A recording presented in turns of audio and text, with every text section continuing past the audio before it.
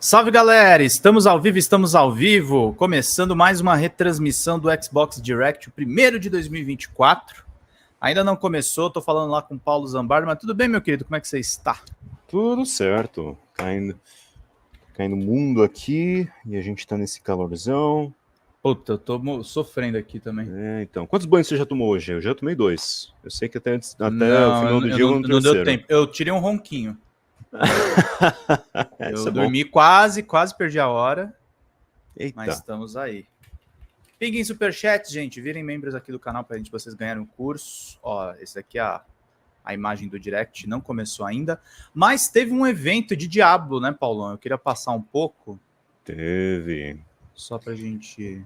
Da mesma forma que eles estão fazendo a promoção, né, das novas temporadas de Overwatch, estão fazendo com Diablo, né? Uhum. E eu ouvi rumores de que uma nova classe seria introduzida ao game. Então... Vamos ver aqui um pouquinho só do que foi. The ancient power for the one strong enough to control it. But be warned, for the construct is buried deep beneath Kyrgyzstan, in the ancient vaults of Zoltan Kur. Untouched for centuries, they are protected by deadly traps of Kur's own design, and guarded by his mechanical horrors. But the architect Zoltan Kur overestimated his cleverness. In his hubris, the mage abandoned his work, leaving darker forces free to corrupt his machinations and claim the vault's power for themselves. The answers await you in the depths. Take the rune, if you dare. Tá bonito, hein? Season of the Con... Eu acho que essa é a terceira temporada do Diablo agora.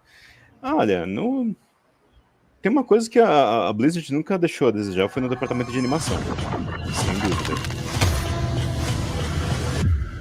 Season of the Construct has so much going on. New quest lines, new legendary items, new unique items, new mechanics, challenges, and more.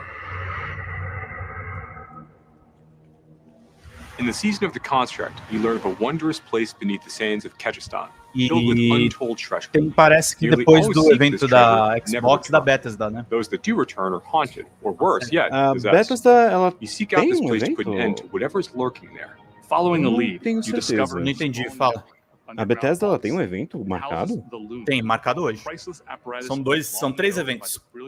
Ai. Eu Eu vou ter tempo Paulo pra não ver tá nem todos sabendo. eles. Não, Não, você tava ligado não, no vai. da Microsoft. During the network, Vai lá. you rescue Ayuja, only to discover that the demon Malphus Eu vi uma is notícia taking over the interessante que eu ancient queria até fleet dar mais in pra frente no private próximo Drops debate, Uhum. onde um game indie Hum. lançou uma...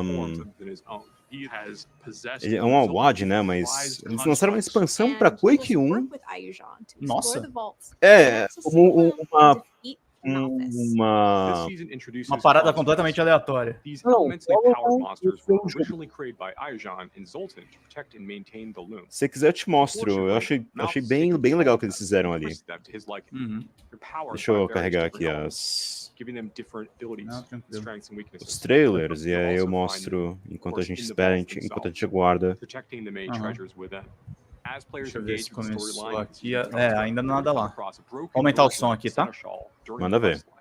The Seneschal is a special construct that was built to command the other constructs based on Ayujan's and Zoltan's direction. Ayujan of Chaldean repairs the Seneschal to follow your orders. The Seneschal construct is your companion.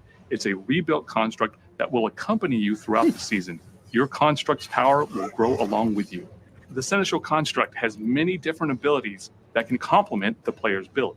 It can deal damage, crowd control monsters, or even support you directly by healing you or providing you a damage bonus. Magical stones are the key to customizing and empowering your construct. They are primarily found in vaults.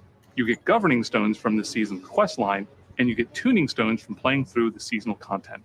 A governing stone is a core construct ability, while a tuning stone is a singular modification for any number of governing stones. As players are progressing through the season of the construct and they're leveling up their seneschal, adding new abilities and improving them, they're going to find abilities that are going to deal damage to packs of monsters, to single monsters, and also abilities that are just focused on buffing the power of the player themselves, so that players have different options as they're progressing through the season.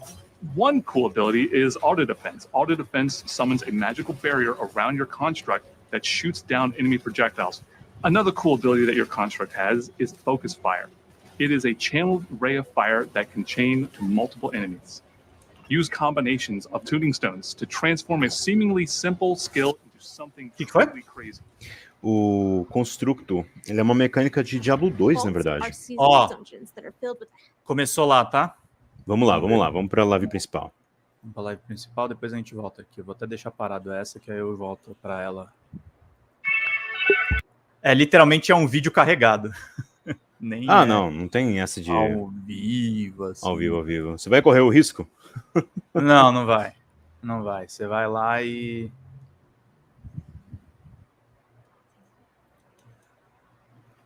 Enfim. O pessoal já está contando muitas demissões já no mercado, né? Infelizmente. A gente teve Thunderfall, a gente teve Unity, a gente teve... Vai começar. Tô até com dificuldade de lembrar o que tá... Todas.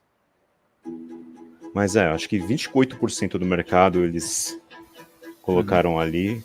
Já era uma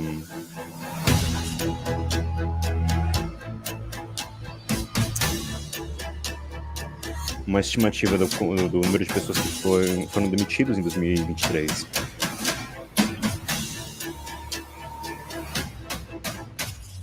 Aquele negócio, né? 4 estúdios significa, na verdade, precarização do trabalho.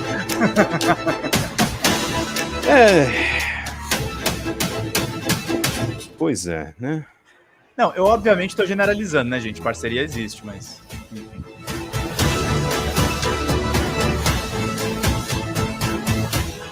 Olha o Todd. Todinho.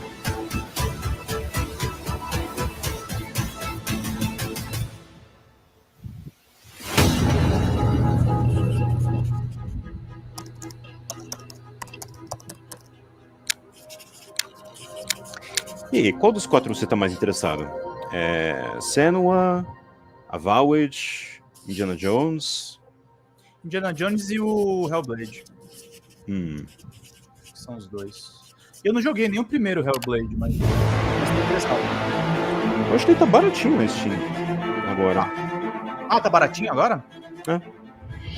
Welcome to Obsidian Entertainment. I'm so proud to share with you our upcoming fantasy action RPG, Avowed. Avowed is an adventure into the heart of the living lands, a frontier at the edge of the known world, where you must put a stop to a mysterious spiritual plague and discover a secret at the heart of the living lands. Ué? At Obsidian, we love creating worlds with deep themes, dynamic gameplay, and thoughtful reactivity. And Avowed is no different. We set out to blend the believable and fantastical to give players a world and experience like no other. It's colorful, it's vibrant, it's strange. It's one of the most incredible settings in the world of Aora. There's going to be a lot of great secrets to discover, one of which has a really personal connection to you as the player character, and you're going to have a great time getting to know those secrets and leaving your mark on the world. And when it comes to encounters, our combat brings the best of the moment-to-moment fun that comes with action-oriented gameplay and the depth and breadth of choice that you get with an RPG. Here to talk more about Avowed's combat is Gabriel Paramo, Gameplay Director. Here at Obsidian, our team's overarching goal is to empower you with choice. So we developed a flexible combat system that allows you to quickly swap from spellcasting and sharpshooting to melee combat. We want to give you the freedom to mix and match your loadout to fit the way you want to play from moment to moment, uninterrupted. For all battles, you can combine a variety of weapons, attacks, and abilities for tactical advantages against a wide range of enemy types. It's not just hacking and slashing. You're making real-time decisions about when to use your abilities, powerful melee attacks, blocks, parries, and special attacks. If you choose to approach combat with a one-handed wand, it feels quick and snappy when dealing damage to enemies at mid-range. Using the Tanglefoot ability, you can stop enemies in their tracks, giving you the opportunity to focus on weaker or tougher combatants in an intentional and controlled manner. It's important to pay attention to the types of enemies you're dealing with. Some units are extremely defensive, some are brutishly difficult, and others you must make sure you prioritize or their healing capabilities will put you in a tough spot. To help with the different encounters you will face, we provide customizable loadouts that can be quickly switched during combat. That means you can play however you want. Equip a sword and shield and charge into battle.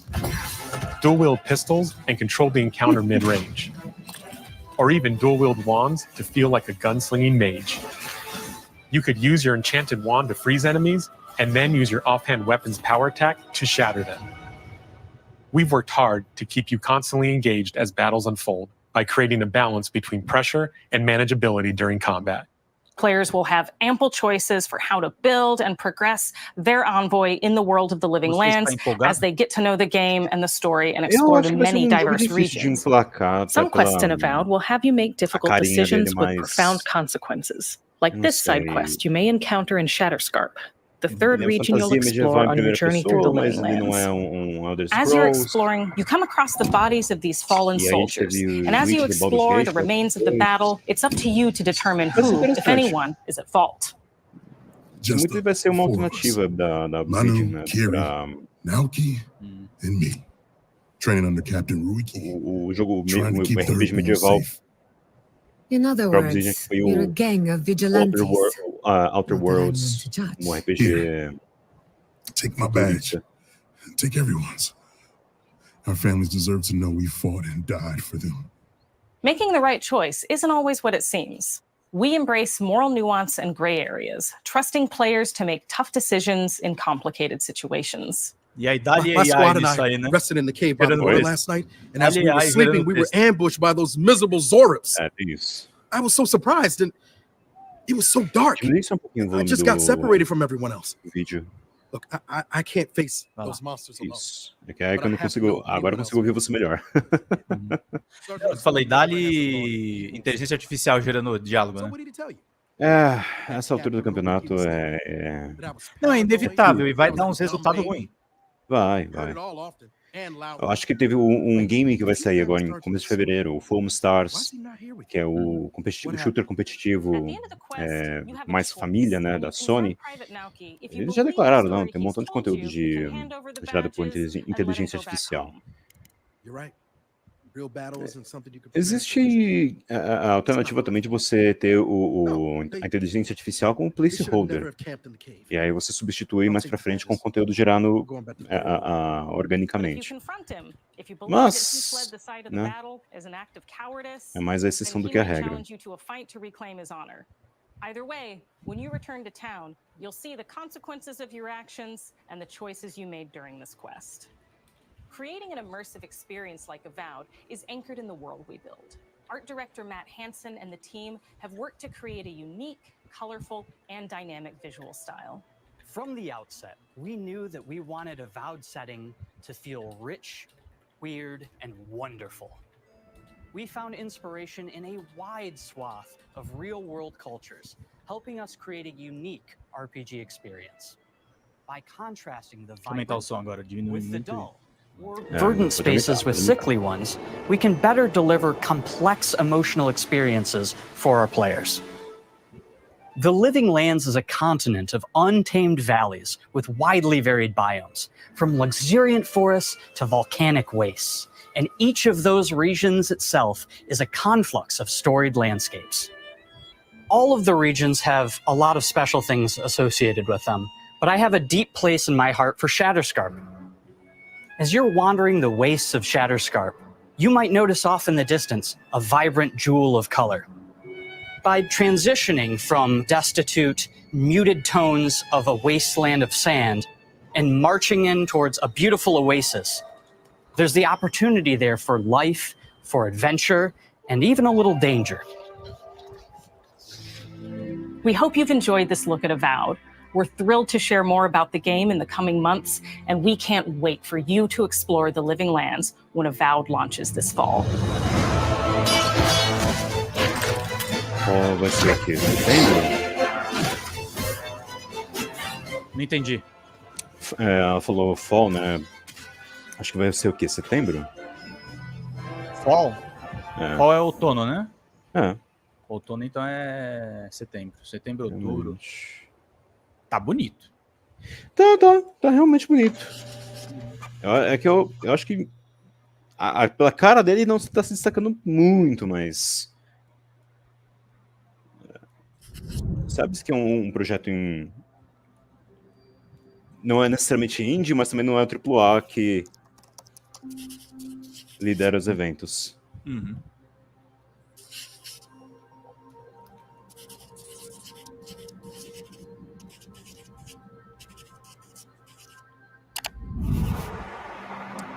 Vamos lá. Hellblade 2.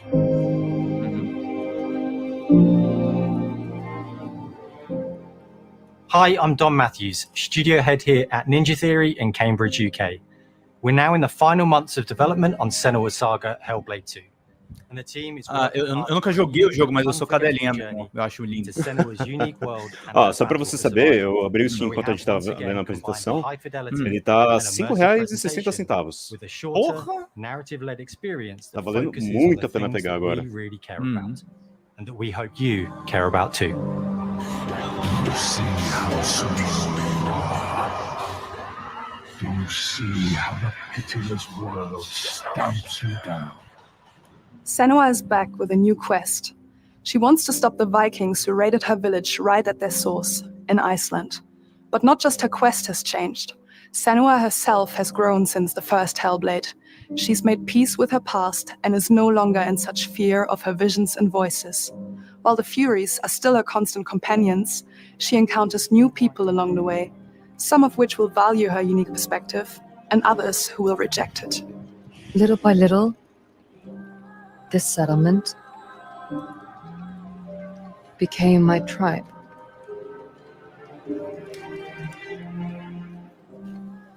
In the game, Senua arrives in 10th century Iceland on the trail of the Vikings who have been enslaving her people. In the story, we're trying to be as faithful to history as we can up to a point, establishing a solid framework and then building more surreal elements on top. Senua will face up to giants Paulo, plunge the land into chaos. Você morou na Finlândia um ano, né? Esse não é Finlândia. Não, sim, mas eu quero falar. A Escandinávia tá vivendo um muito curioso, né? Na questão de desenvolvimento de jogos, né? Eles...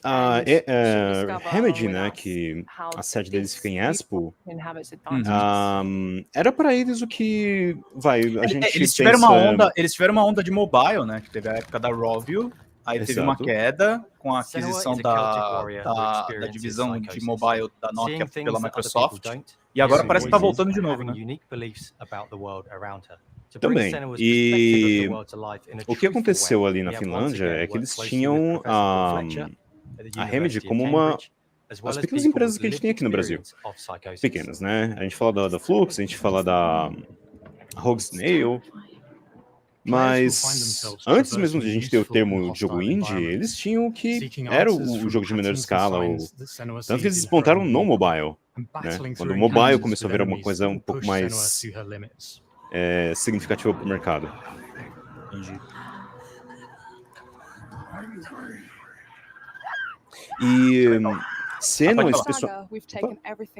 especialmente, ele foi um jogo que ele foi... Eu lembro de um documentário pela Ninja Theory em que eles mostraram como eles foram trabalhando com captura de movimento, captura facial, usando o hardware que você compra na Amazon. Ah, é? Sim, era um projeto... O primeiro Hellblade, ele é um pet project da Ninja Theory. Né? Era muito um teste, e era talvez o jogo mais, em termos de custo, de orçamento, um dos mais baratos se comparados aos que eles fizeram no passado, como Heavenly Sword ou Enslaved. Vamos continuar vendo mais um pouquinho. Always feel like they just scrape through. Mel knows Senua better than anyone, better than I do.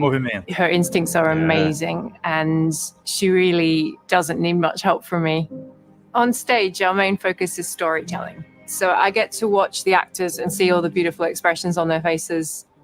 And then I have to wait a little while, and then I get to see that all again in-game, in costume, on location, everything. It's a great experience, a great process.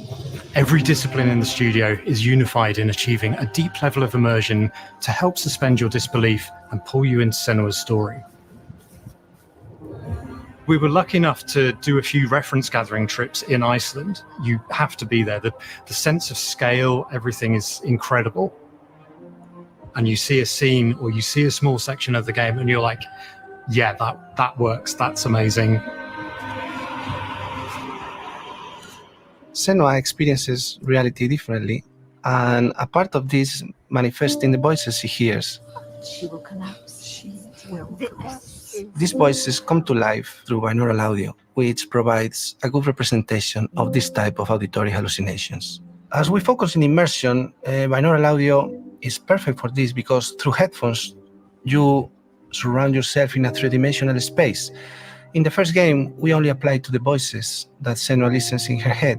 In this game, through a spatial audio technology and some extra little things within the game, there is music that is binaural. Every single sound has the potential to be binaural, so everything is spatialized around you, and it's a very beautiful experience. What will they do to her?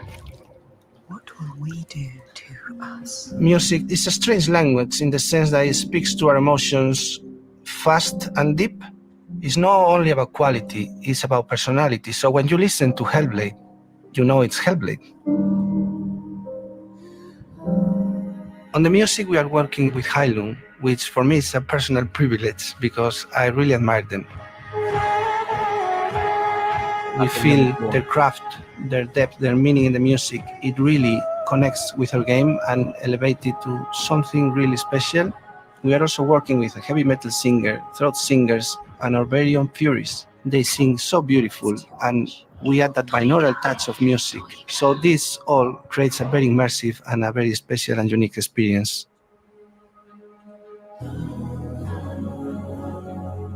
Our mission here at Ninja Theory is to craft life-changing art with game-changing tech. And that's our aim in Senua Saga Hellblade 2, is to not only see where Senua goes next, but to deliver something really meaningful for our players.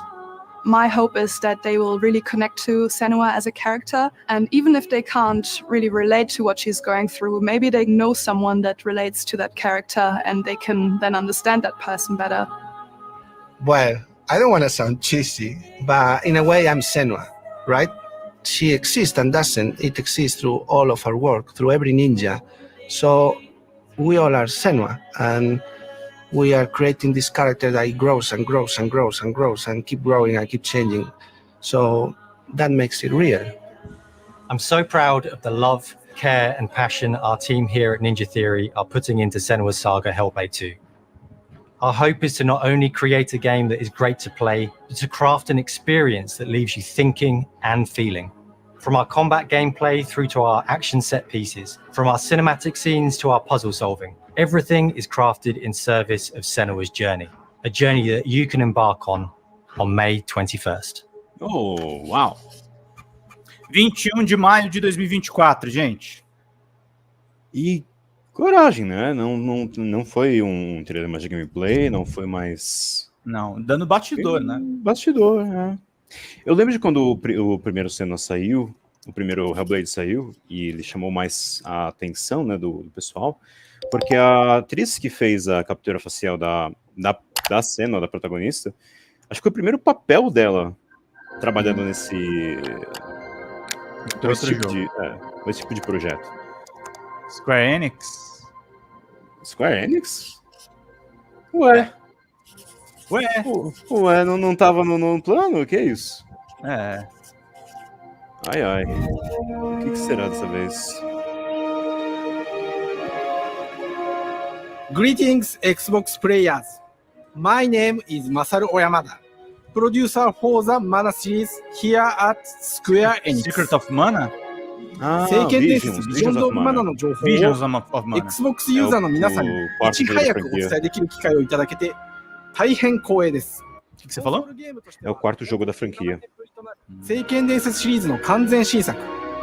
聖剣伝説シリーズは1991年にファイナルファンタジー外伝として誕生して以降、マナと聖剣をめぐって描かれる愛をテーマに、個性豊かなキャラクターたち、心に響く楽曲の数々、武器の特性を生かして戦うアクション RPG として、これまでに17作発売され、長らく愛されてきました。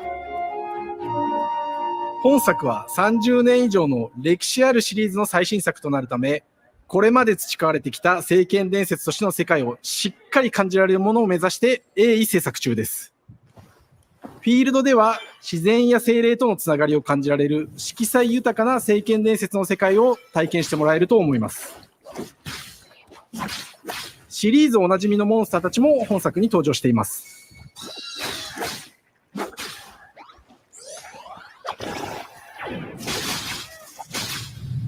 O evento da Bethesda vai ser junto, tá? Já tá sendo retransmitido lá também. 聖剣伝説の生みの親である石井浩一さんとともに聖剣伝説ビジョンズ・オブ・マナの内容を紹介していきたいと思います。Hello, I am Koichi Ishii from Grabs. I am so happy to introduce the newest game in the Mana series to Xbox players. 初期の頃からシリーズ作品に登場しているモンスターたちは私が考案したものですが、中には小学生の頃、すでにイメージができていたものもあります。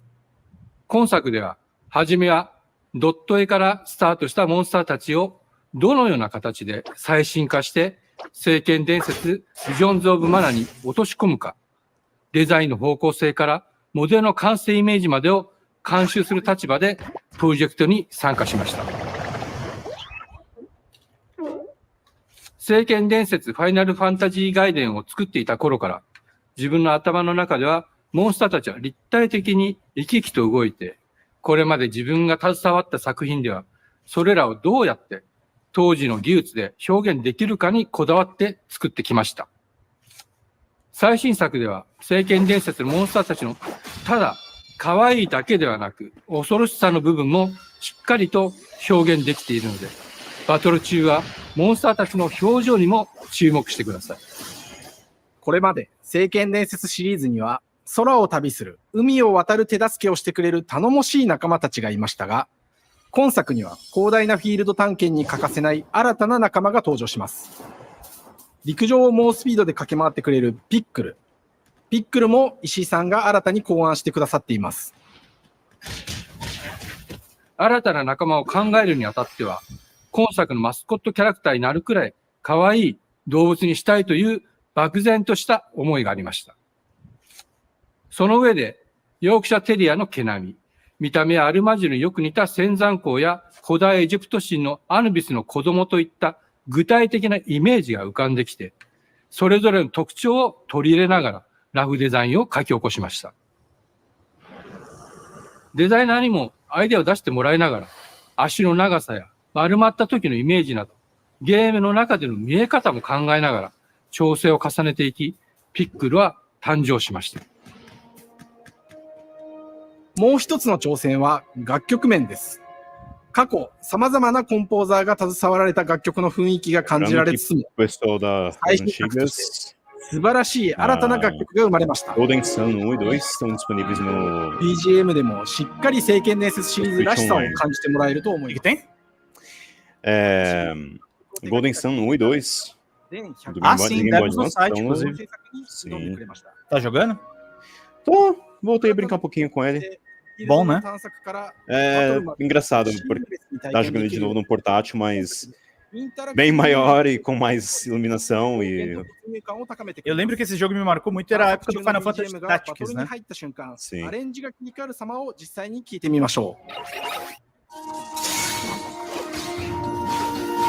Bonito isso aí.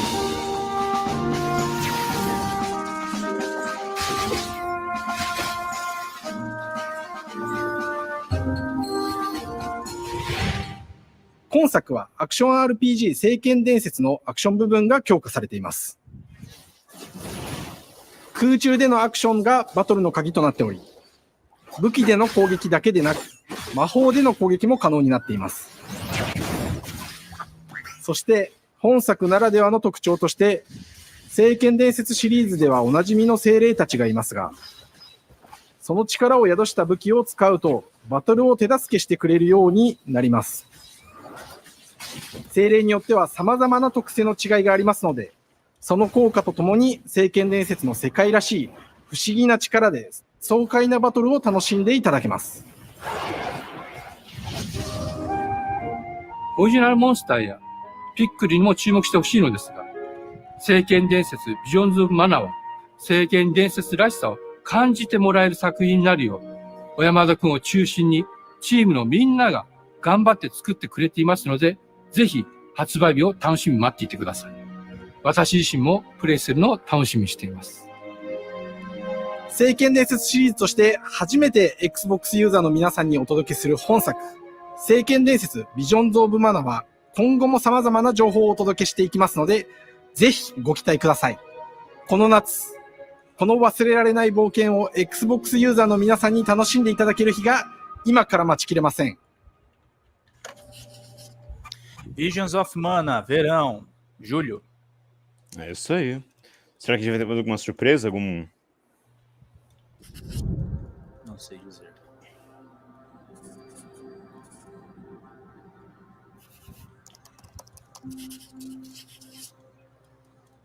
Eu acho que Diana Jones vai aparecer no final só. É, tem cara.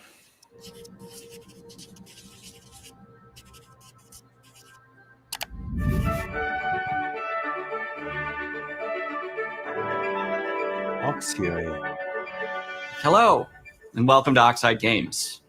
We founded the studio in 2013 with our decades of personal experience building some of the most beloved strategy games of all time, like Civilization V.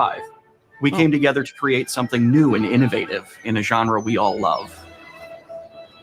Ara History Untold is the game we've dreamt of making. Ara is an homage to historical gamers, strategy gamers, 4X gamers. It features all the depth and gameplay fans of this genre love, where you'll explore the world, expand your nation, govern your people, and engage with your rivals on the international stage. But it isn't just more of the same. With Ara, we wanted to challenge some of the preconceived notions about the genre, push it forward in a modern, empowering, and truly compelling and approachable way. For example, we have over 100 instruments on display in the office, which are all things that we purchased in order to add to the soundtrack and expand the game and make it really good. Okay. Hi, Dan. That's Dan. We started in his basement. It's been an amazing process to see from concept to completion. We started small, building a robust game engine, questioning our design assumptions, and prototyping out features, rediscovering what made us fall in love with strategy games in the first place. The end result is Ara, the historical grand strategy game that presents a living world where you can rule how you want to rule and chart your own path to becoming the most prestigious nation on the planet. For Ara, we knew we needed deep systems with outcomes that encourage exploration and give players the power to experiment and make meaningful strategic choices while still having agency over their playstyle. We also wanted to explore more in different parts of history and give players from around the world the chance to see the game reflect their unique perspective and not just ours. And finally, we knew that for players to feel the impact of their decisions, they would need to see their choices reflected in the game world itself, not just through numbers on a menu. One of the first differences you'll see when you dive into Ara is what we call the living world. It's a procedurally generated alternate Earth, bursting with life, an intuitive, authentic, and immersive space, a blank canvas for players to paint the society of their dreams. The living world isn't just a map. It reflects the choices players make over the course of the game. They can see everything from the settling of the wilderness to cultural influence on architecture over time to the thousands of citizens living their lives and reacting to the changes. We want players to feel like they're truly occupying the world, leading their people as they thrive and grow. Core to the vision of Ara is our philosophy of rule how you want to rule. And no feature better exemplifies this than the prestige system. To win a game of Ara, players will compete with their rivals to build the most influential, impressive, and important nation the world has ever known. This is measured by prestige, the player's score that proves their worth as a leader. The prestige system gives players the chance to decide what kind of leader they want to be. Do they want to pursue great works of arts and culture? Military might? Scientific advancement? The choice is theirs. In Ara, there are no set victory conditions. Players get to decide what is most important to them and focus and prioritize on those goals while still being able to win the game. Personally, when I play Ara, I like to build triumphs. Triumphs are our collection of incredible monuments and architectural achievements from throughout human history, like the Great Pyramid of Giza. They're hard to build, but worth it, giving huge prestige bonuses and game-changing abilities to the nation that constructs them. Another aspect of Ara that I'm personally excited about is our crafting system. The crafting system offers a unique challenge to the player that they generally won't see often in the 4X genre. Succeeding at balancing, gathering the right things, turning them into the tools that you need, and then finally getting to the outcome or reward of something like an important improvement or triumph just changes the challenge that exists in Ara compared to other 4X games. Crafting plays out in Ara at a national scale, with players honing and combining the natural resources they harvest into all manner of goods and components. Those are the foundation for everything, from international trade to improving their cities and citizens' lives, and even manufacturing the weapons necessary to draft military units. The crafting system in Ara encourages thoughtful, advanced planning. It rewards players who can see the strategic outcome of all their collective decisions, and not just the individual ones. I'm proud of the work that's gone into our simultaneous turn system. Many strategy games have players alternate taking turns and reacting to their opponent's moves. In Ara, all players' actions are resolved at the same time. This rewards players' ability to navigate uncertainty, to predict and strategically plan for a variety of scenarios in the moment. This system makes Ara just feel more real. In a typical strategy game, once your turn is finished, you have to wait for a long time. With simultaneous turns, generally speaking, those times are very low. You get to keep playing the game and stay engaged rather than having those periods of downtime where you're not doing anything. It's not easy sifting through all of history and picking what to include. For Ara, we wanted to offer a fresh perspective, so we looked at cultures and societies throughout the millennia with the broadest lens possible.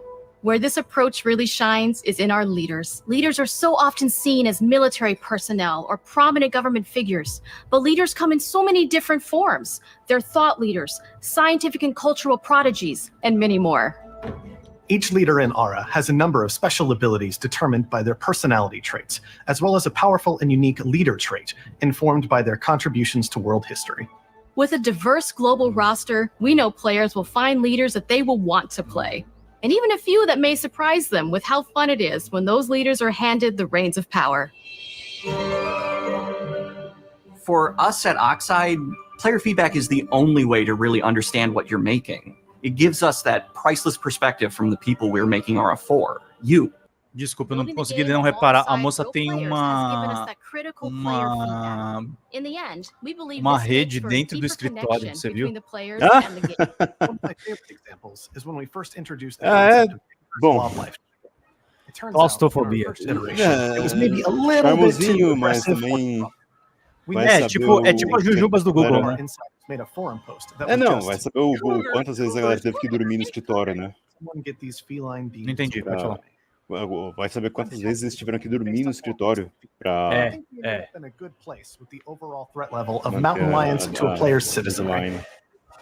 It's been years of hard work to bring you a strategy experience like no other. And we're so excited that we can finally see the finish line. We can't wait for players to get their hands on the game later this year. But the launch of Ara is only the beginning. We are going to maintain our insider program after the release date and continue to listen to players and support the game into the future. On behalf of everyone at Oxide Games, thank you for joining us today. We can't wait for you to play Ara and to create your own history. Olha, eu acho interessante eles colocarem um jogo como esse, 4X, né, que eles chamam. Mas ele é muito difícil de você promover, ainda mais para um catálogo como... Eu não sei se todo mundo aí vai estar no Game Pass, né? Eventualmente, mas... Um jogo de estratégia, ainda mais complexo que... Indiana Jones, hein? que a gente tem no Machine momento. Games. Bora ver. Eu tô muito curioso pra ver se isso vai ser em primeira ou terceira pessoa. Hej och välkommen till Uppsala, Sverige, här hos Machine Games. Eu tô falando pra você, tem um surgimento aí da Escandinávia. Aquele Indie Live Expo, que é um evento da Ásia, eles estavam exaltando a Suécia, Paulo. Esse game lembra muito Civilization 6, o anterior, o Ara. Sim. Obrigado, E olha que Rafael, seja bem-vindo. Civilization 6 foi uma cota atrás. You will see through his eyes and experience a journey that we hope lives up to the proud legacy of Indiana Jones. When Todd Howard first told us about his vision for the game, we knew he would be a very good fit to help bring it to life. I've wanted to make an Indiana Jones game forever. I had this idea for what it would be like and the story, what Indy was going after, what period of his life it was in, what kind of arc he was going to have. And as the years went on, I thought, who would be like the best studio in the world to make this? And it was my friends at Machine Games. I can remember pitching Lucasfilm on the game and being, a little bit nervous because, look, it's, Indiana Jones. And their response was just overwhelmingly positive, and just that excitement has bled through the whole project. And they have just been so trusting and supportive of everything that we want to do with the game. It's been a long time. I've been a fan of this my whole life, and I couldn't be more excited to show you what the team here has been up to. Let's take our first look at the new Indiana Jones game. Agora vem. Let me tell you what you are missing, Dr. Jones. While you were playing your pointless game, I was playing you.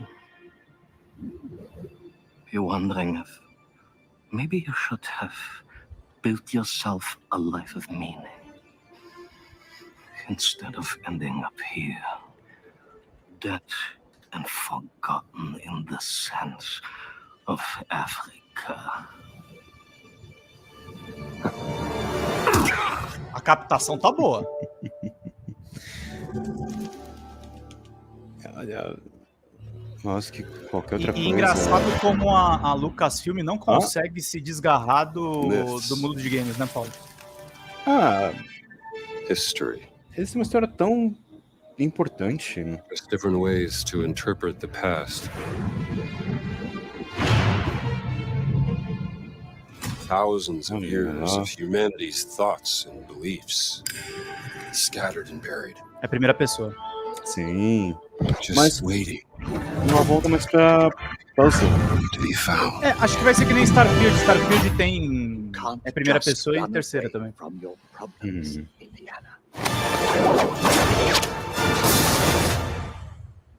Watch me.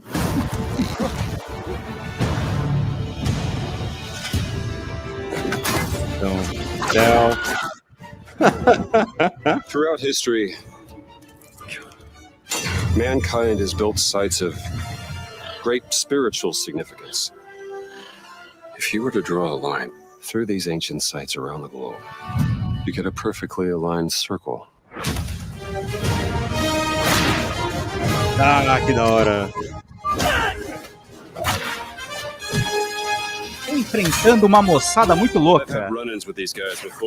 Isso aí é evolução de tudo que eles fizeram com o outro jogo de matar nazista, né? O Wolfenstein. Sim. What do you mean if I can keep up? Ah, que da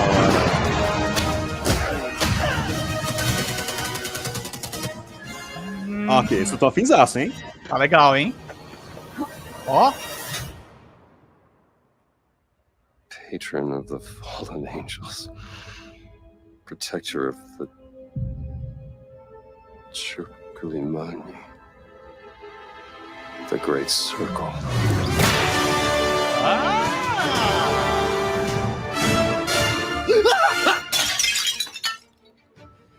You have any idea how old that was?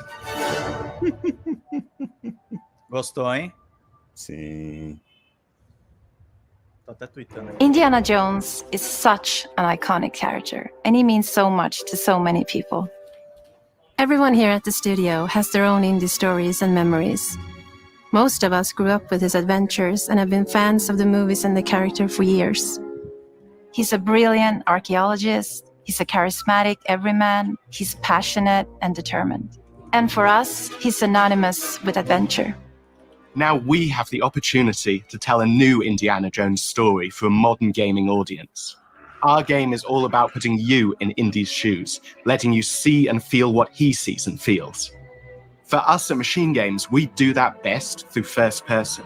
It's the ideal perspective to bring you into the rich, exciting and interactive world we've built. We believe that being up close and personal to the adventure is key, making each action feel like your own. Whether it's cracking your whip, solving puzzles in ancient temples, or seeing your knuckles go bloody in a fistfight, all of these moments are much more intense in first person. But we still want you to have those moments. Seeing his iconic silhouette with the hat and the whip, and so for things like cutscenes and environmental traversal, we pull the camera back for a third-person view. Indiana Jones and the Great Circle is set between Raiders. Não entendi nada que você tá falando. Certeza que vai ter uma sequência onde você vai trocar socos ali com o nazista e o avião vai estar com a turbina ligada e girando assim na pista só para. Sim. The mysterious giant of a man makes off with what seems to be a historically insignificant artifact, sparking Indiana's curiosity. Who the hell are you? Following the trail, Indiana heads to the Vatican, hoping to learn why this Perdida, né? particular relic was stolen, and discovers that things aren't what they appear. He starts pulling at the strings of a mystery, and it all unravels until he has no choice but to see it through to the end, whatever the end may be.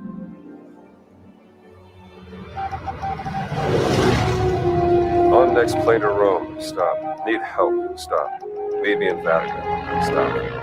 Indy. We always talk about how clever Indiana Jones is. That had to be one of our guiding principles when we were thinking about the type of game we were making. It wouldn't be Indy if he wasn't using his wits to get through the situation.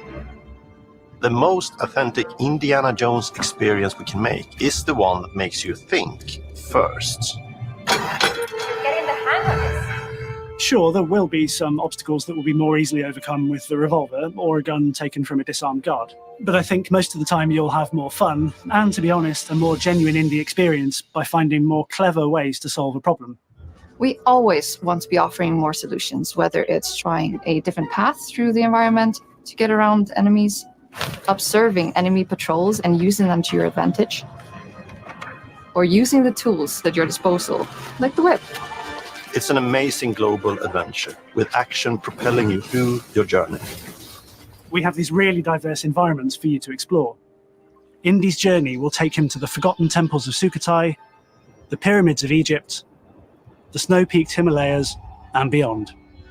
We look carefully at each location and the time period the game is set in, and we're trying to make it as authentic and accurate as possible. We love creating rich, vibrant worlds, and in this game, we also had the goal of making it feel like a true cinematic Indiana Jones adventure. One of the biggest ways to do that is with the music. Eu acho que ele tá, assim, em termos de ambientação, tá 10. Eu só, assim, não tem nada que me conecte com a história dele, né? Whatever, só. Podia ser Cavaleiros da Arca Perdida ou qualquer outra bosta. Opa, desculpa.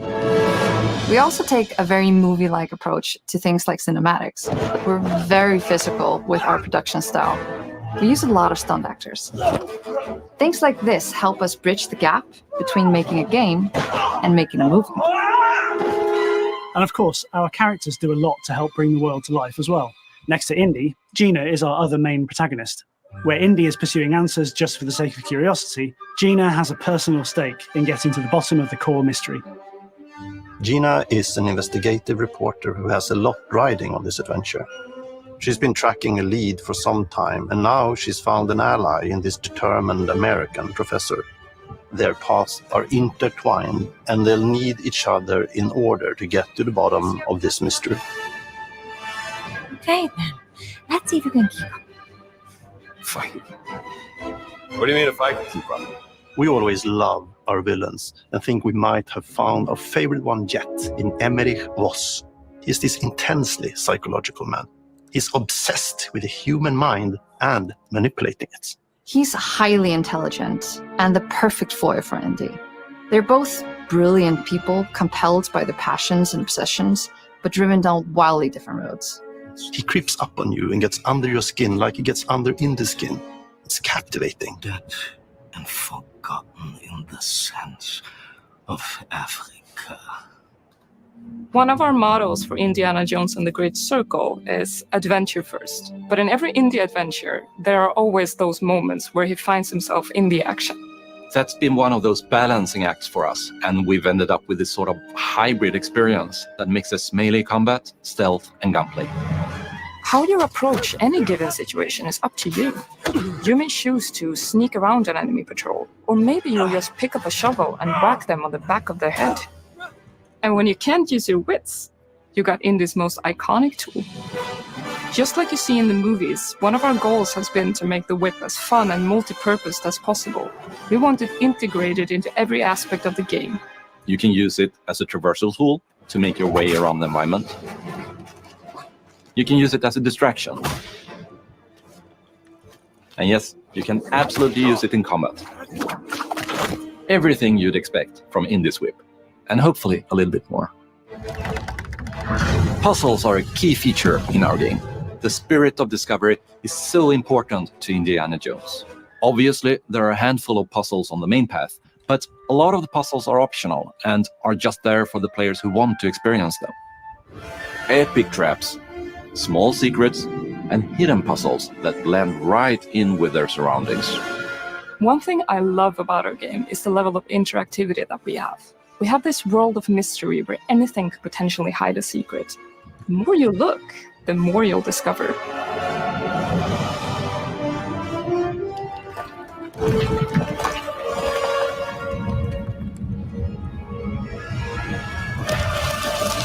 Oh, you gotta be kidding me. I want to thank you all for joining us for our big reveal of Indiana Jones and the Great Circle. Machine Games is known for creating these rollercoaster experiences with huge set pieces, surprising twists, and immersive narratives. It's exciting for us that we have been able to stay so true to the Indiana Jones franchise and create such an authentic experience while still being able to showcase what makes us, us. We are making a game for everyone, whether you are very familiar with the franchise or not. Because at the heart of Indiana Jones is an incredible adventure, and I think that's something everyone wants to be part of. I'm also very excited to announce that Indiana Jones and the Great Circle will be coming later this year, and we cannot wait to share more soon.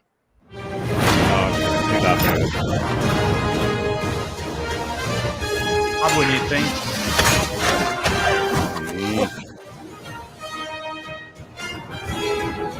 Porra! Que bagaça linda!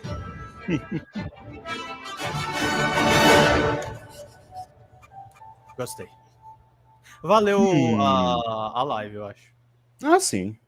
Esse era definitivamente um dos mais aguardados, né? Não tinha... Sim. Acabou, gente. Agora aí que... entra mais um. Ó? Não, tem mais. Não, não tem não. Não, esse é o Scissor Reel. Acabou. Acabou, é tetra!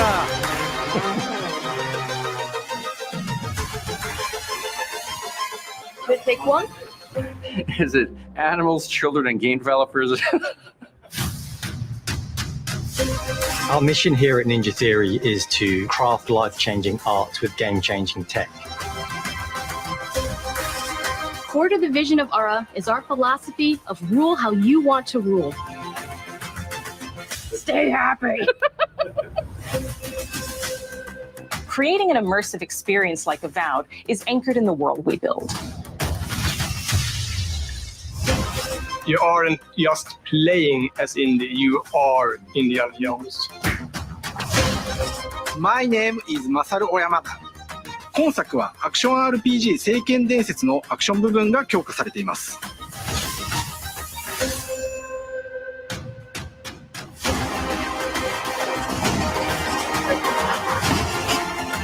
Agora, não é à toa que E3 morreu, né? Isso seria um quarto, né, da apresentação da E3.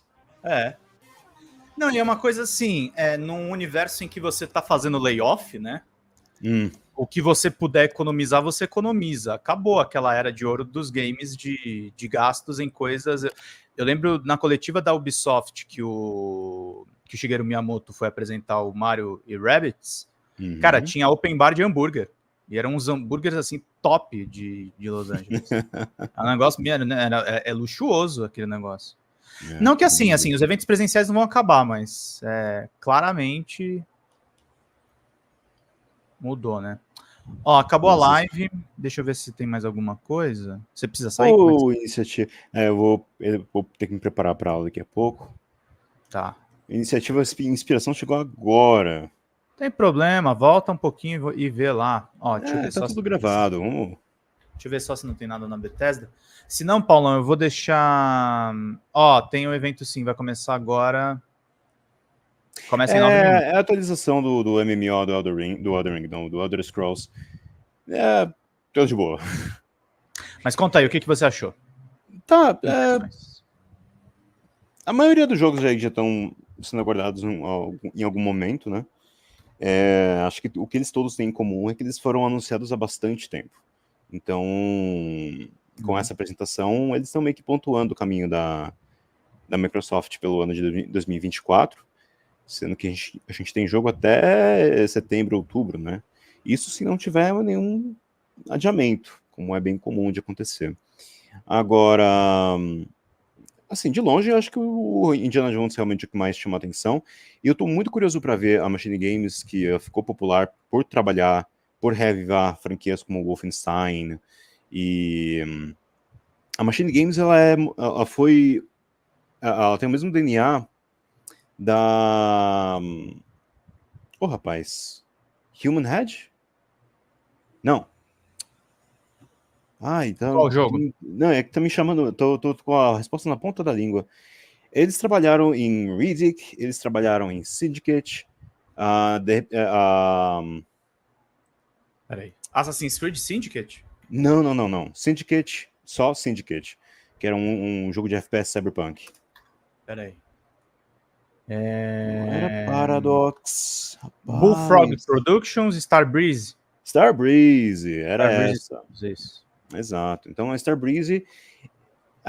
se você quiser voltar para os dias da Starbreeze, eles tiveram Riddick, eles tiveram Syndicate, eles tiveram The Darkness, antes de passar para Double Helix? Bom, enfim, pessoal do Warframe.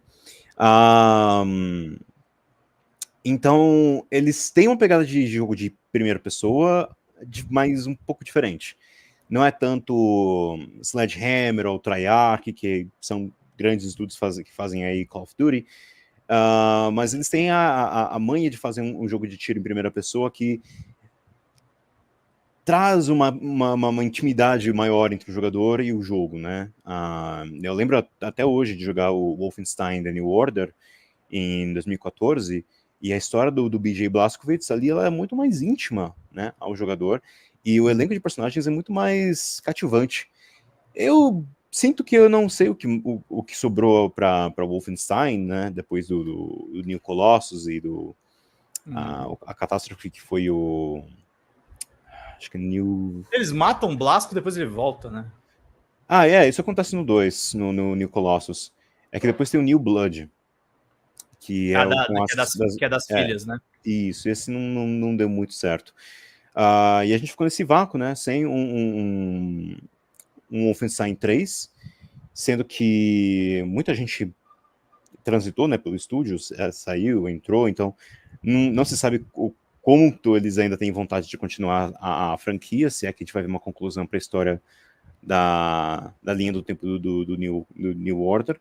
Agora, eu acho que Indiana Jones é o ponto perfeito para eles recomeçarem com tudo que eles aprenderam no passado.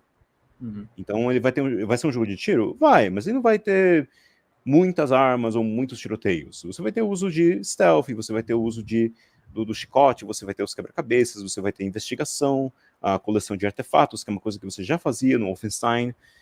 Eu acho que tem muito pano para manga introduzindo aí. Inclusive, nessa mesma linha, eu fico triste que a gente não chegou a ver. A gente chegou a ver Square Enix, mas também não viu nada da IO Interactive e o jogo do 007 deles. Mas, enfim, aqui é mais a nostalgia falando mais alto. O que eu acho mais importante chamar atenção nesse game é o retorno do Harrison Ford, né? Para os games. Que ele tá com quantos anos? Velho. Ele tá com 81 anos. E, assim... Tá tipo Biden. Já deu de Han Solo, já deu de Deckard, agora é Indiana Jones, né? Mas o último Indiana Jones, ele teve bastante uso de... Não acho que foi inteligência artificial, mas efeitos de rejuvenescimento, sabe? Efeitos especiais, stand-in, atores para poder performar onde o Harrison Ford não podia mais. E eu sei que muita gente ficou com um gosto amargo do último filme do Indiana Jones, porque, ficou impossível voltar, né, ao ápice do que foi nos primeiros 3 filmes, na trilogia original. Mas, ainda assim, acho que é um dos poucos personagens da antiguidade que o pessoal ainda tem muito carinho por. Eu sei que eu ainda tenho bastante a vontade de ver as aventuras do Indy. Dos indies? Mas é isso. E você? Você ficou com alguma... Não, eu gostei. Eu tava falando aqui no grupo dos indies até, né, dos devs, o pessoal falou, achei o evento fraco. Eu falei, evento de Xbox pra mim, né, não tem jeito, assim, a gente teve um Xbox 360, mas eu não sou um cachista, né, eu sempre, eu gosto, não tem nada a ver com guerra de consoles, a questão é minha preferência mesmo, até os eventos meio merda da Sony, eu costumo vibrar um pouco mais. Nintendo eu também gosto bastante dos eventos deles. Mas eu acho que esse evento, ele teve um ponto positivo, que ele foi bem focado, acho que ele foi direto ao ponto, assim, não enrolou muito, estava muito claro ali o que seria mostrado. Acho que teve um pé ali no Oriente, na questão da Square Enix e da saga Mana, que é bem interessante para quem está na plataforma Xbox. Eu acho que eles estão fazendo investimentos importantes, né, em jogos asiáticos, tem esse caso da Square Enix, e tem o OD do Kojima. Aliás, só de falar publicamente, nós estamos em contato com a assessoria do Kojima, vamos ver o que vai acontecer. Tô tentando. Mas basicamente, assim, eu achei boa a apresentação. Os outros 2 jogos não me clicaram muito, exceto o Hellblade e o Indiana, mas não são jogos ruins também. Eu acho que tá bem bacana. Eu acho que não tem nada assim que foi uma falha, nem coisa nenhuma. Pelo contrário, né? O videozinho ali todo muito bem feito. Mostrando muitos bastidores e tal. Tem uma coisa também, né, que é meio triste a gente estar assistindo uma apresentação da grande indústria com tantas demissões, né? Sem dúvida. Rolando. E é uma coisa que, sei lá, a gente precisa ficar atento, gente. A gente não vai viver anos assim tão fáceis. A gente precisa ficar esperto com isso. Mas é isso, Paulão. Você precisa ir lá preparar as aulas? Como você está? Preciso ir agora que eu tenho só um tempinho até a próxima aula. Mas bom evento aí para quem fica. A gente vai ter mais... eu vou continuar aqui. Pode ser que eu não fique na tela, tá, gente? Mas podem conversar no chat que eu vou estar aqui. E se tiver coisas bacanas, eu vou aparecer na tela para conversar com vocês aqui. Mas tá certo. Tô tentando resolver um pepino aqui do site do Drops, que umas paradas parou de funcionar. Tô tentando entender o que aconteceu. Eita, ferro. Pois é. Estamos quase recuperando nossa conta lá no Facebook. Eu tô insistindo. Mas tenhamos fé. É isso aí. Vai lá, Paulão. Boa aula. Se cuida. Um abraço. Tchau, tchau. Até mais. Tchau, tchau. Vamos seguir mais um pouquinho aqui, gente. Ó, já vou deixar aqui aberto. Vamos ver se já começa. Espera aí. Deixa eu ver aqui. Estreia em 60 segundos. Então falta 1 minuto só.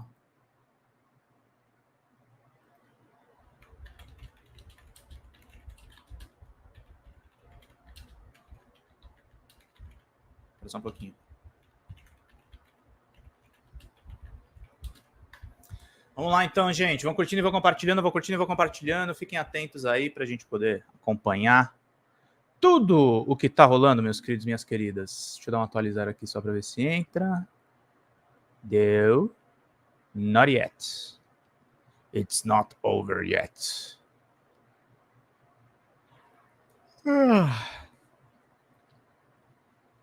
Vamos ver aqui.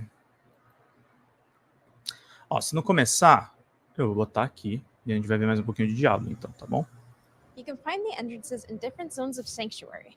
When the player enters a vault, they are met in a familiar area of Sanctuary. Then, the player teleports to the vault proper, encountering great challenges. Vaults not only have our new construct family in them, but also new traps built for this season. Players are going to discover many new hazards inside these vault spaces. You know, whether it is spinning pillars shooting out flames or other traps. Players need to stay on their toes while they're progressing through these vaults in order to stay alive. Each vault culminates in a gauntlet of true skill. Players must avoid traps while fighting waves of enemies and a powerful elite. If you survive that, the traps will turn off and the treasure room is revealed. If you get hit by a trap, you lose 1 stack of Zoltan's Warding. Zoltan's Warding is a special buff players can get by interacting with the statue of Zoltan Cool when they enter a vault, if they have a Pearl of Warding. Ward-woven chests are special chests players can interact with at the end of a vault if they have enough stacks of Zoltan's Warding left over. If a player has more than 1 stack, they can open a rare ward-woven chest. Those have even better rewards. This season introduces our first stationary boss in Diablo 4.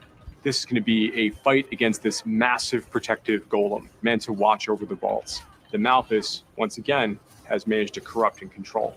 Because it's stationary, it gives us the opportunity to include some of the season's new traps into the arena. This presents a lot of unique and new mechanics for the players to navigate and fight. The player is going to need to bring all of their skills and abilities to bear as they try to destroy and fight off these Malthus-controlled constructs. They're also going to make good use of their own center. This year's Elder Scrolls Online 2024 Global Reveal. Thank you so much for joining us today. Now, we do have a few moments before the actual show begins, so how about something to eat? You can't expect to walk into a tavern and not be fed, you know. Now, I have something hearty or a light-filling treat for you to pick yourself back up from that last adventure if you'd like. Wonderful. I have a few things getting started in the kitchen back there, so let's see what we can cook up in the next few minutes, shall we?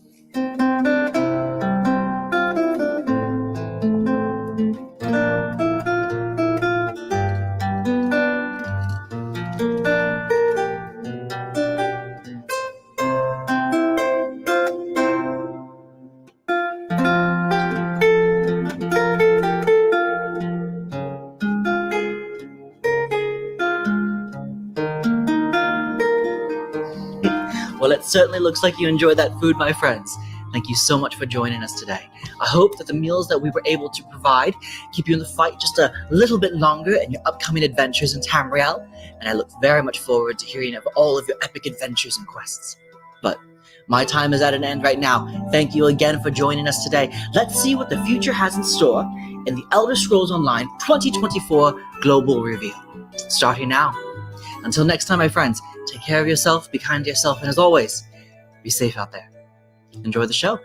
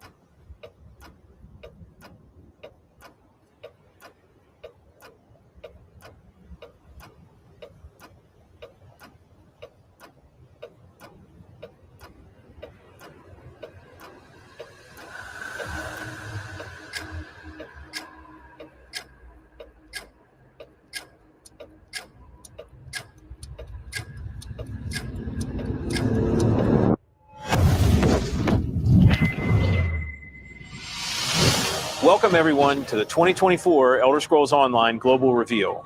Today, we'll share all of the details of our 2024 plans, including ESO's new chapter. But first, I'd like to take a moment to talk about what ESO means to all of us here at ZeniMax Online and to all of you. We built ESO as a virtual world centered around Elder Scrolls lore, where you can go anywhere, play in any style you want with endless customization, and have the freedom to roleplay as anyone you want. And also to be a safe harbor from the often unpredictable and complex outside world. Just take a step back to the game's early days and see how much we've accomplished. From taking on Molag Bal with the help of Cadwell and Darian Gauthier, fighting other players to claim territory in Cyrodiil and the Ruby Throne and our amazing PvP system, slaying dragons in the sandy canyons of Elsewhere with Chimera and Abner Tharn, fencing a fortune and stolen goods at your friendly neighborhood outlaw refuge, and so much more. We take you through all of the lands of Tamriel, filled with memorable characters who return again and again to provide companionship, humor, and drama. Our stories are among the best in the genre, and our content also includes game systems like Companions, Antiquities, Tales of Tribute, Dungeons, PvP. The list goes on and on. With ESO, you can pick and choose what fits your virtual life in Tamriel. And later this year, we'll hit an amazing and important milestone, 10 years in Tamriel. Our history, of course, goes back even farther to ZOS's founding in 2007, and many ESO developers have been with us for 15 years or more. I can't speak of the studio's history without acknowledging the profound impact that Robert Altman had on my life and that of everyone at ZOS. As CEO of ZeniMax Media, who passed away in 2021, Robert was a true champion of the game, and he was a friend and mentor to all of us. He is very much missed, but ZOS is stronger because of the foundation he helped build during our formative years. ESO has grown over the years to be 24 million players, including gamers from all over the world.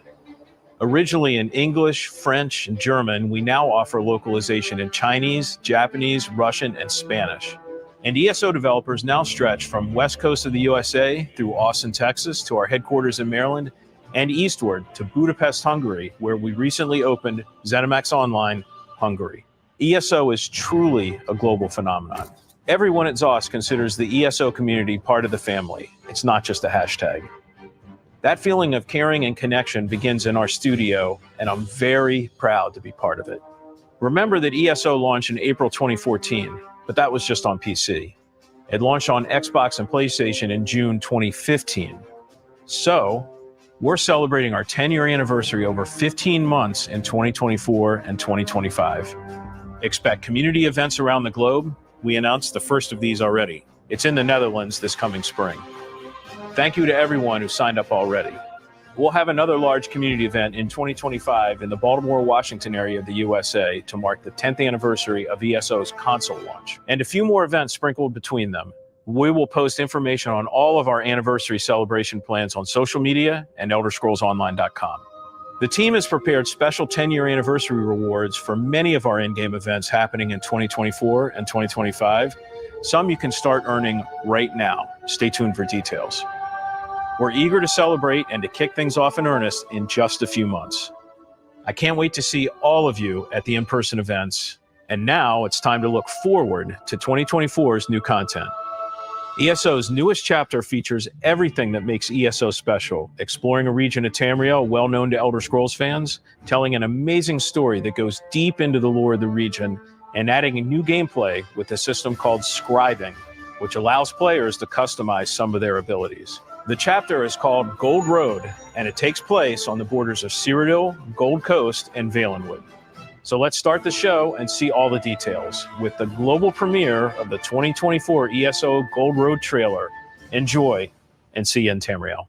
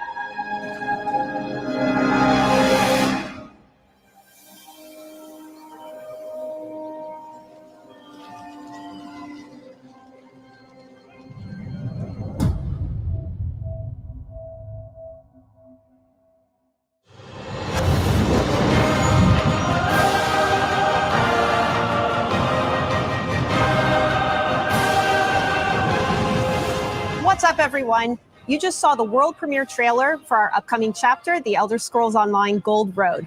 I'm Gina Bruno, ESO Senior Community Manager, and today I'm joined by The Elder Scrolls Online's own creative director, Rich Lambert.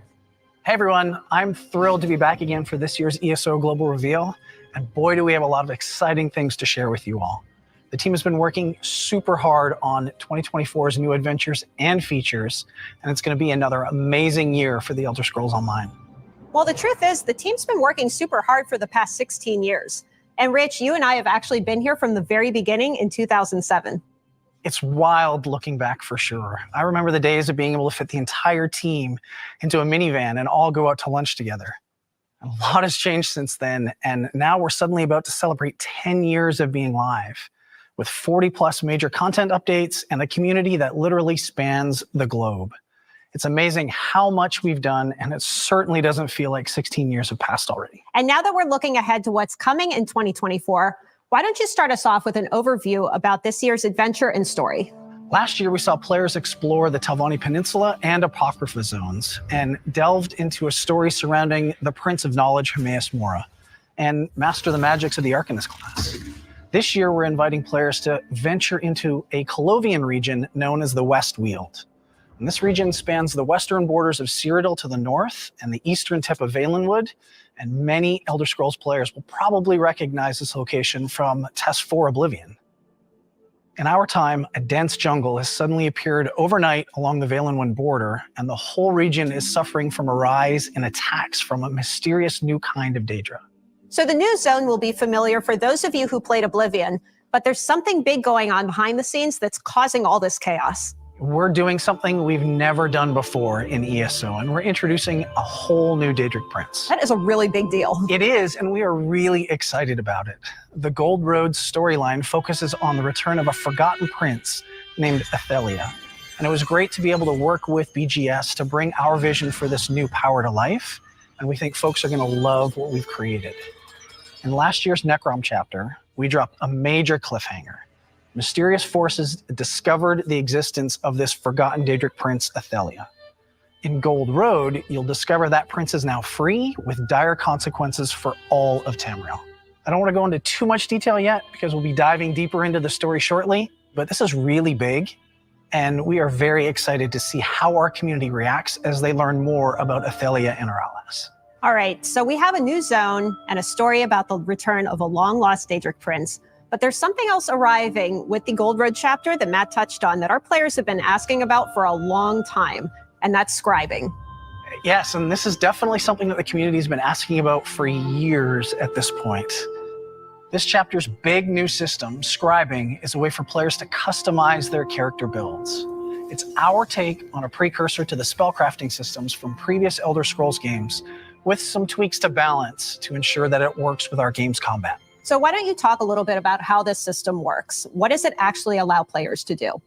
With scribing, players tap into the fundamental elements of magic by unlocking special skills that they can then customize in many different ways.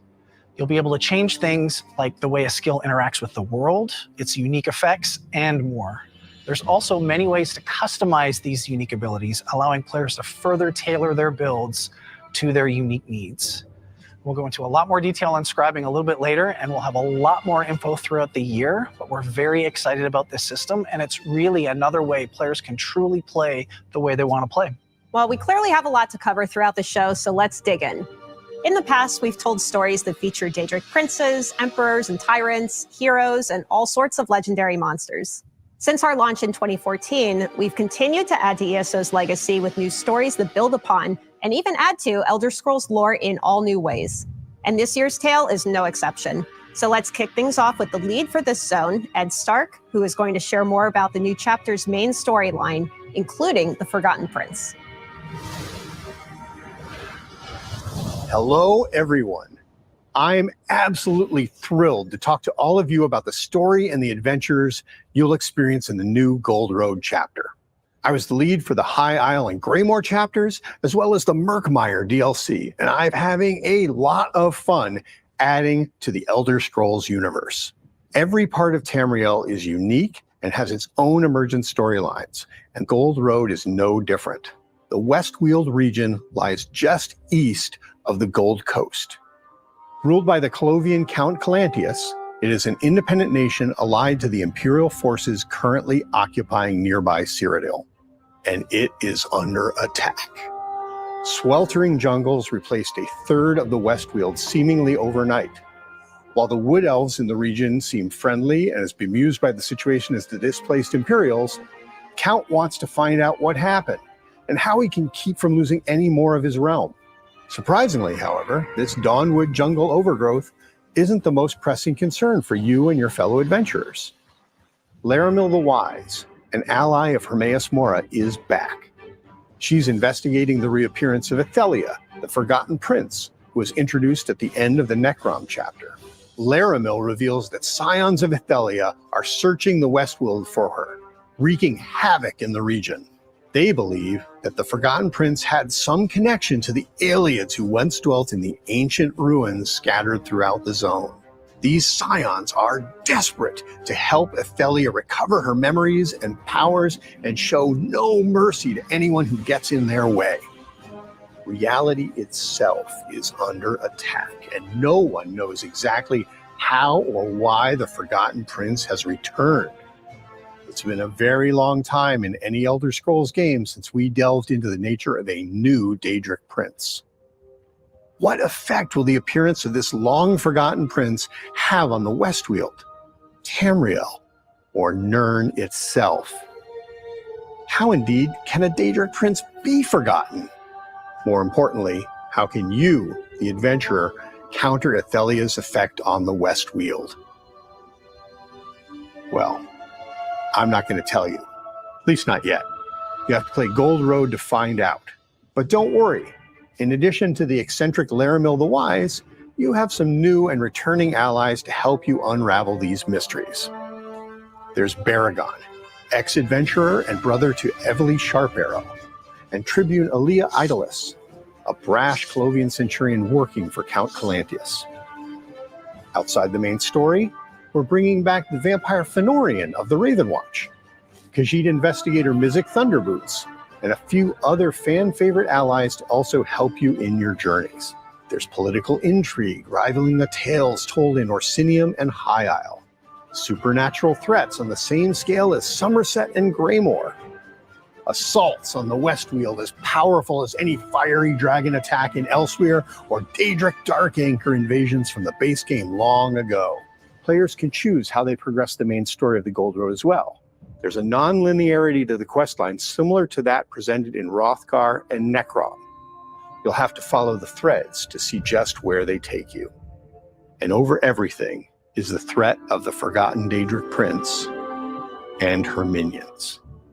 There's something for everyone all along the Gold Road. I'm looking forward to seeing how you fare. Good luck and happy hunting in the Westweald. Since ESO's launch, we've added a ton of new areas for players to explore across all corners of Tamriel and even the realms of Oblivion. Ed just shared some details about the story in Westweald, so now let's learn about how the team brought this space to life. To tell us more about this world you can explore in the latest chapter, we've invited ESO's art director to share more about this colorful but chaotic part of Tamriel. Hey everybody, I'm CJ Greb, art director for the Elder Scrolls Online, and I'm pleased to be able to share with you more about the Elder Scrolls Online Gold Road's unique zone, the Westweald. For those of you already familiar with Southeast Cyrodiil, this will be the first time you can return to this bountiful part of Tamriel since the Elder Scrolls IV Oblivion way back in 2006. The new zone features 3 unique biomes, each with their own distinctive look and feel. In the southeast lies the Gold Road, a temperate environment similar to that found on the Gold Coast. It is home to the region's capital city, Skingrad, the bustling center of the zone and linchpin for the Colovian Imperials who call the Westweald home. Towards the southwest, you can find the Dawnwood. Formerly part of the Westweald, this area is now home to the encroaching jungles of nearby Valenwood. In this part of the zone, you'll discover a dense wilderness climate inhabited by advancing wood elves from the settlement of Vashamar. In the north of the Westweald lies the Colovian Highlands, a mountainous region that is home to an imperial settlement and numerous Ayleid ruins. The Highlands' rocky soil and dry climate is ideal for the region's famous vineyards. When designing this new zone, the team wanted to capture a region undergoing a dramatic change. And generally, we try to make every zone in ESO feel unique, so much so that a player can instantly recognize what zone they're in merely by looking around. Combining these ideas led us to paint the biomes in the bright colors of seasonal change. Highlights of orange, red, and yellow punctuate the Westweald, giving the entire region an autumnal feel.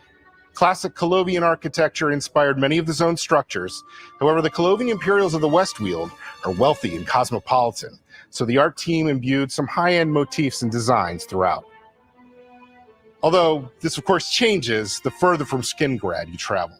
As you explore the zone's rolling hills, rocky crags, bustling vineyards, you'll encounter many Ayleid ruins of various sizes and shapes, and have an opportunity to delve deeper into this part of Tamriel's ancient history. We got to have a little fun here as we consider these Ayleid ruins less spoiled than other similar locations you may already have visited. As a result, there are structures and architectural pieces of Ayleid culture you've never seen before. Speaking of things you've never seen before, the dense, humid forests of neighboring Valenwood seem to have taken over a significant portion of the Westweald practically overnight. This consumption of traditional Colovian territory is cause of some concern for the Imperials, as you might imagine. Even more alarming is the Wildburn, a volatile area that separates the Dawnwood from the Colovian Highlands and Gold Road, comprised of sickened, magically twisted land and even more volatile beasts. While the land itself is changing, it is also under attack from a host of new, unfamiliar foes. Daedra, never before seen in the Elder Scrolls, roam the countryside, including Shardborn and aspects of Athalia that herald from the realm known as Mirrormore. And if all of that wasn't enough, the Wildburn has taken to magically corrupting the indigenous beasts of the land, resulting in danger around every turn.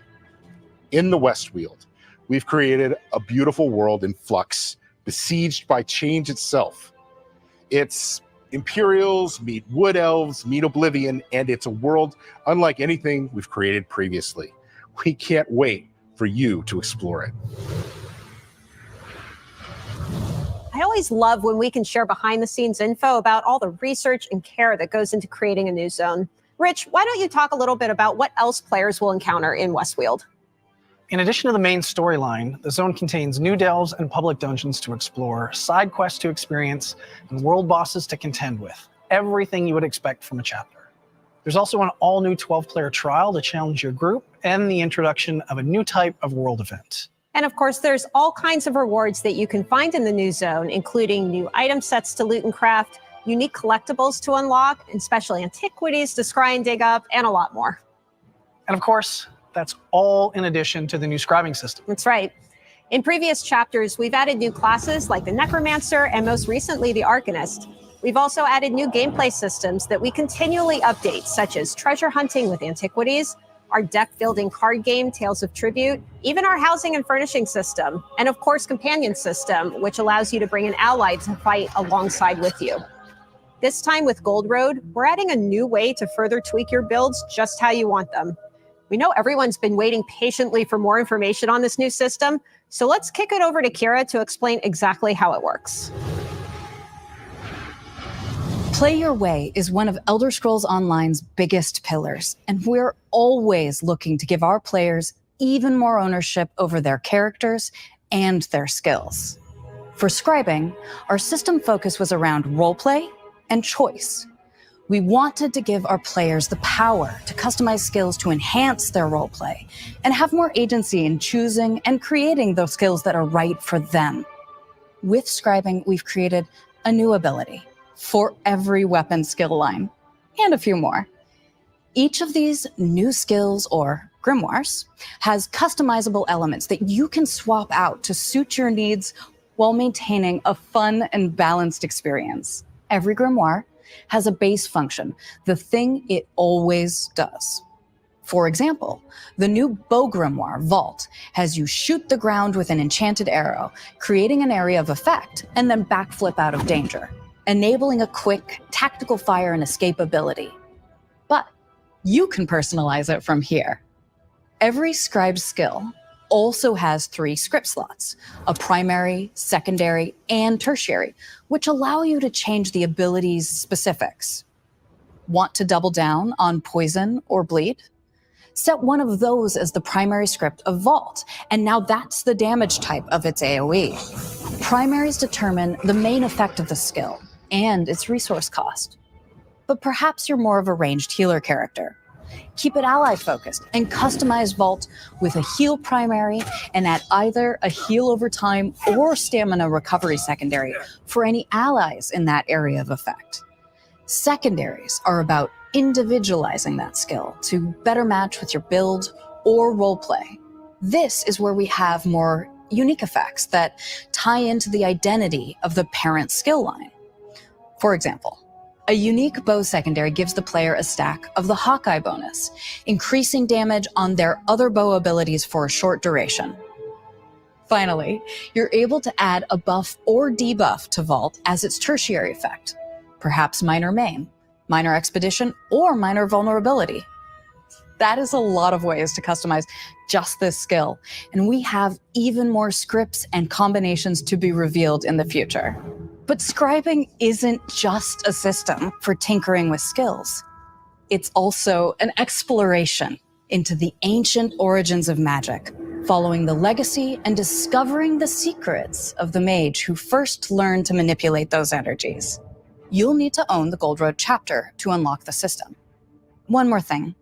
When we were deep into this customization headspace, we loved the idea of having our skill visuals better reflect our players' roleplay goals, and perhaps feel a bit fresh if they've been playing for a while.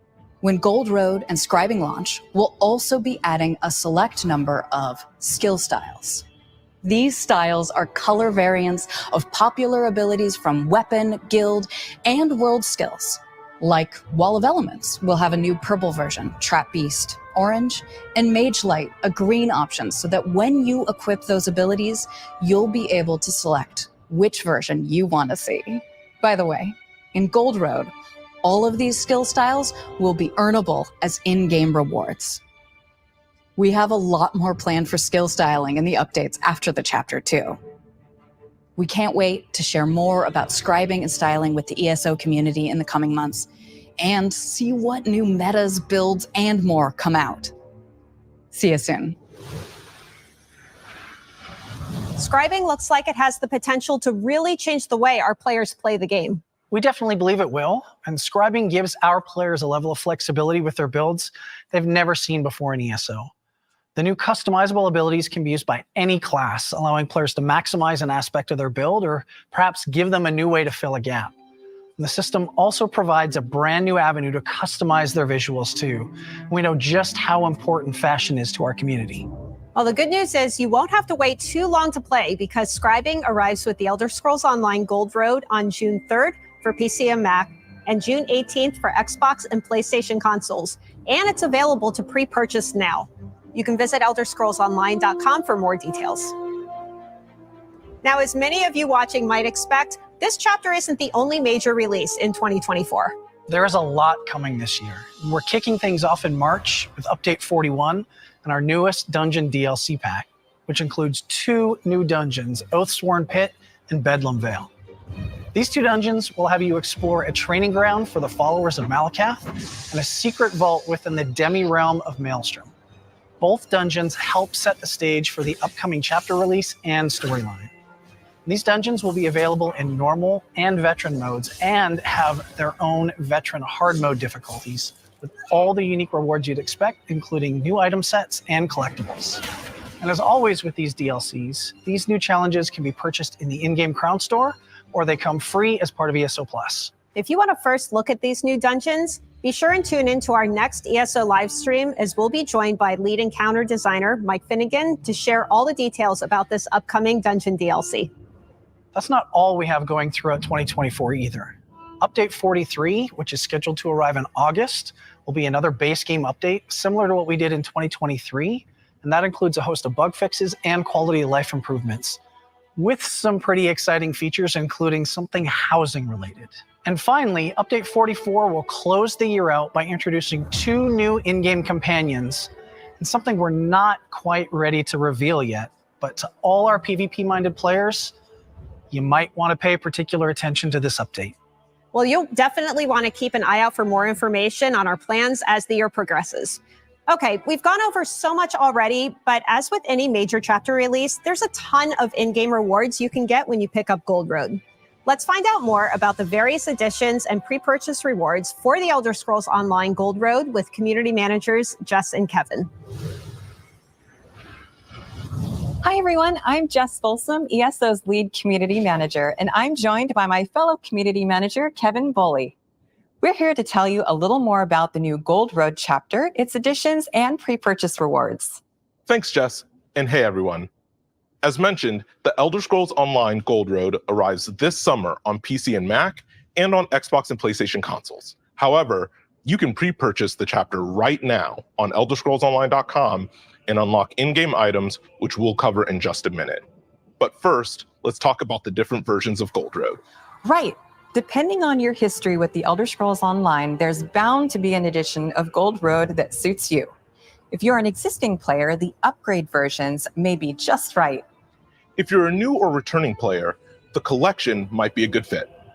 It includes the ESO base game, all 7 previous chapters, and the new Gold Road chapter at launch. That means the collection will allow you to begin your adventures in Tamriel right now, and play the new chapter once it launches. Both the Gold Road upgrade and collection are also available in deluxe editions, which includes a bounty of additional in-game items themed around the Westweald and Skingrad regions, including a unique pet, memento, outfit style, emote pack, and first of its kind mount, all of which are granted at chapter launch. Whichever edition of Gold Road you choose, there are several pre-purchase rewards you can unlock. These include a striking new costume, pet, and crown crate delivered at launch, and instant in-game access to the spectacular wolf mount. For a limited time, if you pre-purchase Gold Road, you'll get instant access to this matching wolf pup pet, so don't miss out. You can pre-purchase the Elder Scrolls Online Gold Road right now on elderscrollsonline.com or select retailers for PC and Mac, Xbox Series X and S, Xbox One, PlayStation 4, and PlayStation 5. Of course, we have a lot of exciting releases, in-game events, and community fun lined up for the Elder Scrolls Online between now and chapter launch too. You'll be able to explore 2 new dungeons launching along with Update 41. You can get a first look at these new dungeons and Update 41 by helping us test it all on the PC and Mac public test server in just a few days. Then, this spring, ESO will introduce the Prologue quest for Gold Road. This free quest line sets up the events of the upcoming chapter and is available to anybody who owns a copy of the Elder Scrolls Online. If you'd like to check out some of ESO's past DLCs and chapters for free, then now is your chance with the ESO Plus free trial, live right now on all platforms. There's also a ton of fun in-game events lined up over the next few months, including the now live Guilds and Glory celebration, then the White Strikes Mayhem PvP event, and of course, the fan favorite Jester's Festival. Starting right now with the Guilds and Glory celebration, you can earn the Moloch Ball Illusion Imp pet, as well as its morphs over the course of 2024. It's the perfect companion to get you in the celebratory mood as we head into the incredible 10th anniversary celebration for the Elder Scrolls Online. To learn more about this year's morphing collectible, check out our preview article on the official ESO website. We've grown in so many ways since ESO first launched. With international community managers across 15 unique territories and 7 officially supported languages, this massive celebration of ESO and its community is our biggest one yet. And it will include many in-person events around the world. As Matt mentioned earlier, the fun kicks off with our first in-person event in Amsterdam, Netherlands, and continues all the way into 2025 with our largest in-person event in the US yet. We hope to see you at one of them. Check ElderScrollsOnline.com for the details on our upcoming Q1 Dungeon DLC, the in-game events, and our 10th anniversary plans. We have big things ahead. We can't wait for you to join us as we celebrate 10 amazing years of the Elder Scrolls Online together. All right, so let's recap. We've revealed ESO's upcoming chapter, The Elder Scrolls Online Gold Road, and shared what kind of adventures and features you can expect when it launches June 3rd for PC, Mac, and June 18th for Xbox and PlayStation consoles. This includes a new zone, the Colovian region known as the West Weald, which is a storyline that features the return of a forgotten prince, Athelia. And of course, the brand new scribing system, which allows you to unlock and customize special skills for all your characters. And don't forget, ESO Gold Road is available for pre-purchase today. We've got a lot planned for ESO's 10-year anniversary, which includes a host of in-person events, starting with the ESO 10-year celebration in Amsterdam this spring.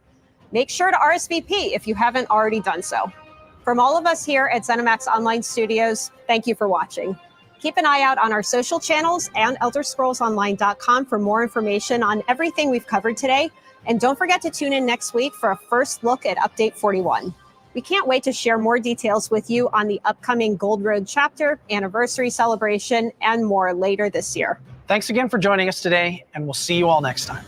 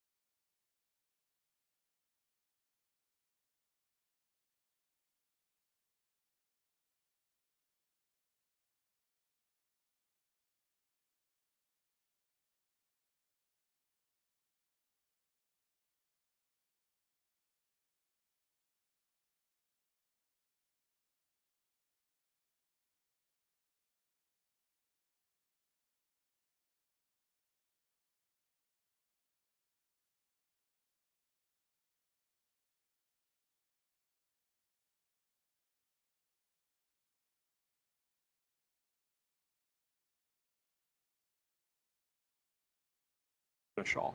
Make sure they remain upgraded in the fights to come. The Gauntlet is a new fixed seed non-linear dungeon where players have a fixed amount of time to achieve high scores by proving their might. Any player who unlocks World Tier 4, Torment Mode, can compete in the Gauntlet. The Gauntlet starts several weeks into the season of the construct. At the beginning of each week, a new Gauntlet replaces the current one. Unlike other dungeons, every time you and other players enter the Gauntlet that week, it will be exactly the same. Same monster positions, same affixes, everything. This makes it a fair competition. Additionally, monsters within the Gauntlet start at level 100. This is meant to test your fully leveled up and geared out build. It's highly replayable, enabling a broad set of player choices. Players can try different classes and strategies for achieving high scores. Leaderboards are a place for top players to compete with one another in the Gauntlet. These reset each week when a new Gauntlet appears. There are solo leaderboards for each class, as well as party leaderboards that vary with party size. And of course, there are a set of leaderboards just for hardcore players too. But some players may not be ready for that type of play, so we've created goals for them as well. Each leaderboard has a ladder that you climb to reach it. Each rung of the ladder awards a seal that you can show off. And when you earn the seal of the worthy, you'll be ready for leaderboard competition. Can't wait to see you in Sanctuary.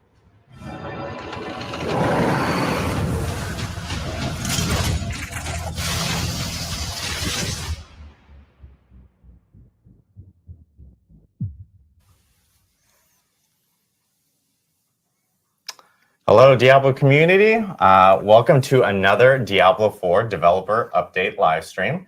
My name is Adam Fletcher. I am the community lead for the Diablo franchise. And of course, I'm joined by some special guests here today. I'm joined by Dan and Madeline. Do you guys want to introduce yourselves? Sure thing. I'm Dan Tangway. I am the lead designer for Season 3, Season of the Construct. Cool. And I'm Madeline James, and I'm one of our quest designers on Diablo 4. And what you guys probably don't realize is, or maybe you do, if you watch these streams often, you'll most definitely realize we're in a completely different set today. We're actually live from Albany, New York, at Blizzard Albany, and we're doing the stream up here. And so now we have two different sets. We have one in Irvine and one in Albany, and we actually have another guest that will be joining us today. And it's a very familiar face to all our live streams. That's Mr. Adam Jackson. He's live from the Irvine studio. Hi, Adam. Good to see you. And we'll be talking to you soon because we're going to be talking about balance and classes and everything. So we'll be joining Adam here shortly. But we have a lot to talk about.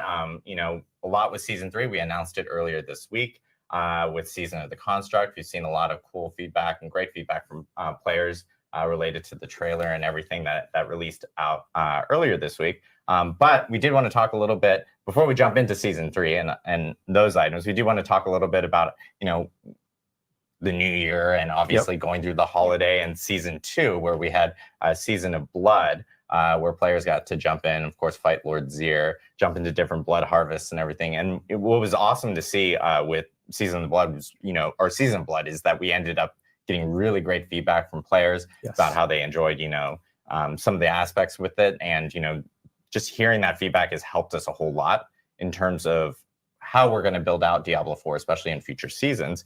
And one big thing that, we introduced was the boss ladder, with, of course, Uber Duriel being part of it. And it was a good opportunity for players to kind of target farm Uber uniques, which was really great. And we got to see a lot of players actually obtain Uber uniques this season. And I will say, we plan on having the boss ladder again for Season 3 with some tweaks, which we'll talk about here shortly with the stuff that we're going to be talking about with quality of life changes and everything.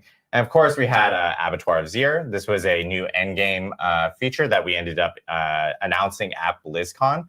And we introduced right before the holidays for players to check out. And, I do want to give a huge shout out to the community because we got a lot of feedback about Abattoir of Zir.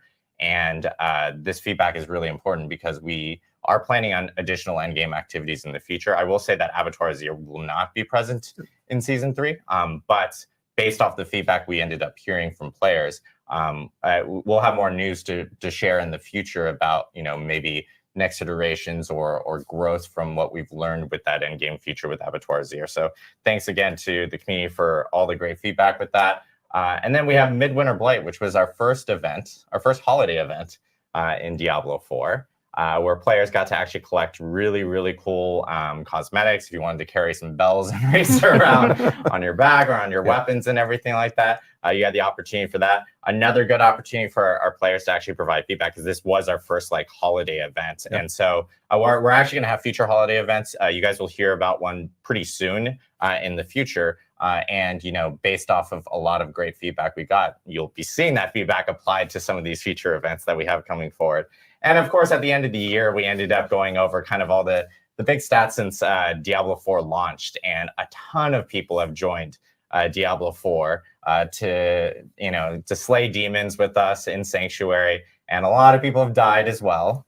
And some of these stats, you know, these numbers have only grown since we posted these late last year. Of course, we had 37 million people died at the Butcher. Now more, for sure, since we ended up having that. We've had over 1 trillion monsters killed, which is absolutely crazy. And, you know, lots of hardcore deaths for people who choose to play a little bit more risky and play hardcore specifically. And our two most popular classes being the Sorcerer and the Necromancer.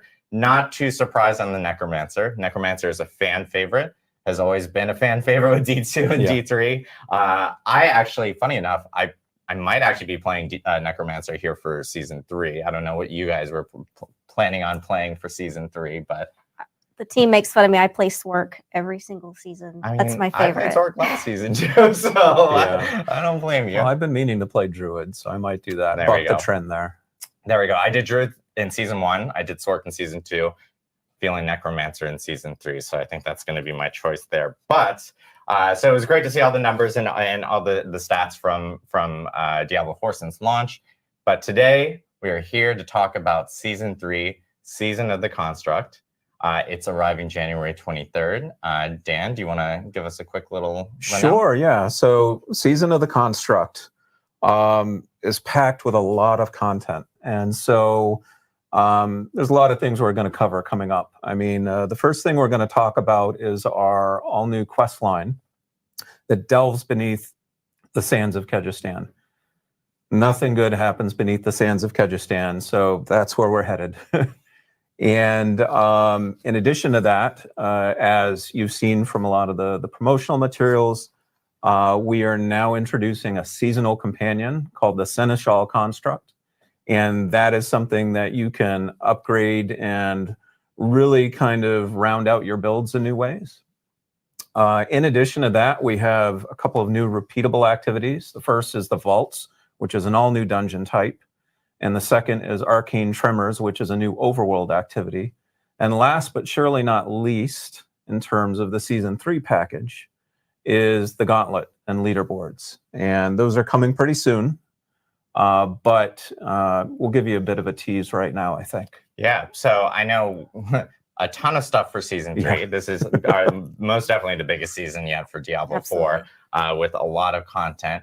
And as you mentioned, questline and story being the first thing that we wanted to dive into. Yeah. Madeline, I think this is a good opportunity to talk to us a little bit about what we can expect for the questline for Season 3. So as Dan mentioned, we have a new quest line for Season 3. In it, you are going to assist the mage Ayujan to purge the demon Malphus from the vaults of Zoltan Kulle. Malphus has taken over the vaults, turned them into his own little kingdom, and has turned the hazards and the constructs inside of them against their makers.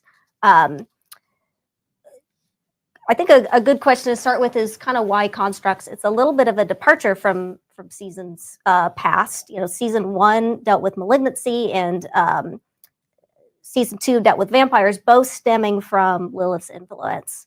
But Sanctuary is such a big place, and so many different stories and lore, where present day Sanctuary is kind of the Dark Ages. We've had, thousands of years of different technology and magic, and this is one of those stories. We spent a lot of time discussing as a team what we even wanted to do for Season 3. And the story team really fell in love with mage clans. We delved into a lot of Diablo lore. We delved into the Sin War books. We delved into the Roderick Vault, etc. And the mage clans, for people that don't know, were these ancient mage societies that really were expertise in certain levels of magic, and we love the Visurai. They're typically the bad guys, typically delve into demonic magic, even though they're not, traditionally evil per se. And Visurai created constructs. They took machinery and their demonic magic and made these soldiers or these guards. Our protagonist, Ayujan, is not technically Visurai. He's part of the Ennead clan with Zoltan Kuhl. But their goal was to take these idea of constructs and make them their own and, do them in a different way. Yeah, and Zoltan Kuhl is kind of a familiar face He for everyone is. in Diablo. He's a cool dude. Yeah. Yeah. No pun intended. Definitely pun intended. Pun intended, yes. Zoltan played a part in the Diablo 3 story, and of Yes. course we saw him in Diablo Immortal as well. Yes, Zoltan was one of the original Haradrim. Good old Uncle Tyrael gave him the original Soul Stones. It's like, hey, I trust you, take care of them.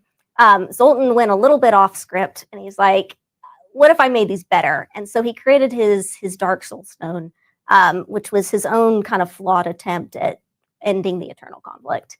It didn't go quite as he expected, and the rest of Haradrim said, we don't really like what you're doing. You got to get out. So they killed him.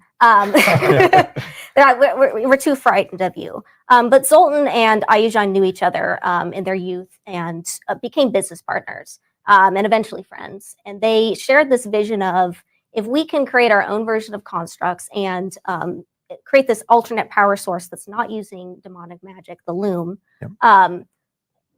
these constructs can fight heaven and hell, and humanity can flourish. Unfortunately, it didn't go as expected. They couldn't get it right. And Zoltan was just like, you know what?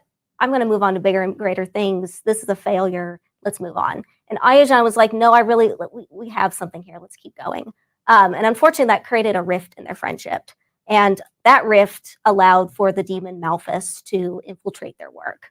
Malphus is a demon that you're going to encounter in the quest line and then fight an Uber version of him later in the season. He's a little bit different than our typical demon. You think of, big scary guy with horns. Like I said before, we took inspiration from Sin War, and they have a lot of different types of demons. They have different abilities, different shapes. One of them is like this stone liquid mass with a mouth on top. And so the original Malphus was like this red mist, and that allowed him to kind of sneak into corners that he wasn't supposed to. Malphus is a named demon, and he's one of terror, but he's very unimportant in the hierarchy of hell, and that kind of bothers him. We joked around on the team that he had a desk job in hell. So when he found the opportunity to sneak in the sanctuary and to corrupt the vaults, he's like, this is my time to shine. This is my kingdom. I'm going to rule it.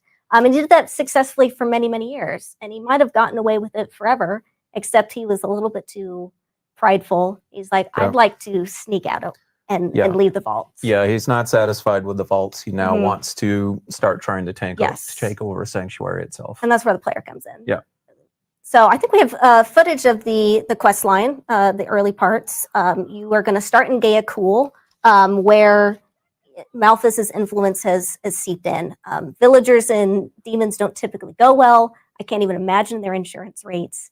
But they hire you and they're like, hey, something's going on, something up north. Please figure it out for us. And so you find the first vault and you delve into it to try and get a sense of what's going on. And these are where you're going to start seeing the first hostile constructs that Malphus has corrupted, and find your own construct. You start finding pieces of it. You're going to keep traveling through, and eventually you're going to find Ayujan, who is in a less perfect than ideal situation under Malphus's influence. You eventually free him. He's like, thank you so much. I don't even know what's going on, but let's figure this out together. And he fixes the Seneschal construct for you. It's like, you're probably going to need this as we delve into and force Malphus out. Yeah, and here we're seeing like part of the quest line, like obviously building up and kind of creating your own Seneschal construct. Yeah. Now, I think we have footage of the Malphus fight as well. Oh yeah, we can jump into that. So Malphus is our first stationary boss. He uses the environment, the hazards in the room, as well as his glaive to smack you around. There are different elements in the boss fight that are going to periodically switch. Like I said before, he's this red mist, but for this fight, he is possessed the largest construct he could find, the Guardian, to fight you, and the loom is in the background. Yeah. So imagine then Malphus has pretty much become like the embodiment. It's the vault itself, and the vault is now coming alive to try and kill when you delve into the vaults, it's definitely going through his literal body. Yep. He definitely wants you out. He doesn't want you in there. He's going to he'd throw everything in the kitchen sink at you. Yep. We also have footage of our new seasonal town, the Gate Hall. This is kind of the gateway between the vaults and the upper world. You're going to go through it in the quest line, and then it is going to turn into a town for you to use. Has a waypoint, so easy travel. Most of the vendors that you know and love, you can see here that they're actually construct vendors that Ayujan has fixed for you to help you out. And here you're going to be accessing the vaults. You can also access them in the overworld if you choose so. So it should be a really convenient place for you to visit and turn into your main hub for the season. Yeah, we expect a lot of players will be hanging out here in the Gate Hall, since all your vendors will be here. It'll be easy access to the vaults and everything. So kind of the new hub specifically for Season 3. So yeah, sounds really cool. Yeah, really excited for the quest line and story for Season 3. Obviously, we talked about Seneschal constructs and how that's actually going to be a big part of the storyline. People have been talking about it all this week with seeing the footage of like, wow, it looks like we have these little companions with us now for Season 3. So Dan, can you talk us a little bit about what Seneschal construct? Yeah, so the Seneschal construct is a seasonal companion. And the seasonal companion is kind of the embodiment of your power chase for the season. So every season we try to develop a new type of power chase, and power is really important to our players. Obviously, this is a game about becoming super powerful and killing lots of demons, and we're always trying to find new ways to do that. So we really wanted to stretch ourselves this season and find a way that players hadn't seen before. And so that is how the Seneschal came into being. Now, the Seneschal is this little construct, maybe not so little, but it follows you around, and it has different skills and abilities. And I will note, you can pet your construct, your Seneschal construct, but you have to be able to pet it. So yes, absolutely important. Yeah, and so you can have 2 skills on your Seneschal construct. Those are given to the construct using what is called a governing stone. And governing stones are the semi-precious stones that you can find throughout your adventures in Season 3. They drop in a lot of those repeatable activities I mentioned, which we'll cover soon. And there's lots of different types. I think there's about 12 that you can slot in. We weren't satisfied with that, though. Because, 12 skills, it's cool. Don't get me wrong, but we wanted to allow players really to modify those skills however they saw fit. And so we've also developed 27 different tuning stones, another type of stone that you can slot in then to modify that skill. And so you've got those 2 governing stones, and then each governing stone has 3 different tuning stones that can modify it and just create really wild combinations of powers that'll allow players to experiment how they see fit. And so kind of with that breadth of powers, then you've got a lot of different options for being able to kind of round out your build and create new types of ways to kill demons. Awesome. So, that's very cool. It sounds really cool. Yeah. And I think we might actually have some examples and footage of what some of these would be. So let me tell you what's going on here. So we've brought up our construct menu, and this is in the inventory UI, but it's its own separate UI. So, your construct is not going to take up your traditional inventory space. And this construct has 2 governing stones equipped right now. One is called Focus Fire, which was that beam of fire that was coming out. The other one is called Lightning Bolt, and you can see it shooting some lightning bolts. Like I said, 2 skills, not too bad. You're killing some folks here. But we wanna amp things up a bit. So in addition to being able just to get stones as drops from activities, you can also craft stones. And so we've gone to our gate hall here, and we're crafting a new stone. We're going to see what we get. In this case, it's a pummel stone, a governing stone. I already have that skill, so it's just going to count towards XP, towards leveling up pummel.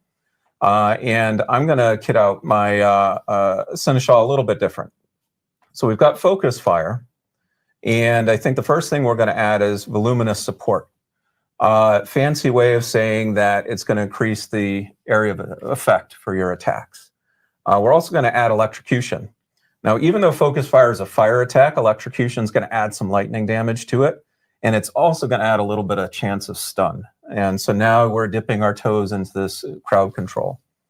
And then finally, we're going to add arcing support. And arcing support's really cool because arcing support allows your abilities to chain. And so now let's see what that power is going to look like when we bring it back up. All right, so here now you can see that focus fire is chaining amongst enemies. You can see that some of them are getting stunned, little electricity around them, and it had a bigger area of effect. Similarly, if we were to apply some of these to the lightning bolt attack, let's say we gave it multi-shot in that arcing support, now it can just blast through enemies. So it's got a lot of options. So we're kind of seeing some examples of what players can potentially do with their seneschal constructs and actually make adjustments and modify them to kind of suit your specific play style. I think a big question is like, can you actually add, maybe some status effects or things like that? Like, can you potentially add in a tuning stone that may make enemies like vulnerable, for instance? Yes, absolutely. So again, we wanted to give all of you a lot of different options to play with. We want this to be a toy that you can experiment with. And so that means that, some of the examples we showed were more damage dealing, where the seneschal is doing the damage. But then we also want to give players the ability to just kind of set up, enemies for you to go in and, land the killing blow. So there are a lot of different support stones that can make things vulnerable, bleed things, electrocute them, chill them. I mean, the list goes on. I mean, pretty much any of the, the verbs in the game. So your possibilities are massive with what you can do with your seneschal. And one thing, this is actually something that Sean White, who was in the video, our Dev Insights video before the actual start of the stream, pointed out yesterday on social media to players that were asking a little bit more, or for more clarity on some items. But the seneschal construct actually does scale 1-to-1 with like specific like secondary type of stats, or even things that are associated with your actual character. So things like attack rating or crit chance, for instance. Yeah, it was very important for the seneschal to feel as if it was an extension of you, if you wanted to be that. Also, we really didn't want to get, a seneschal that was just outclassed when you got to level 100, because then where's the fun, right?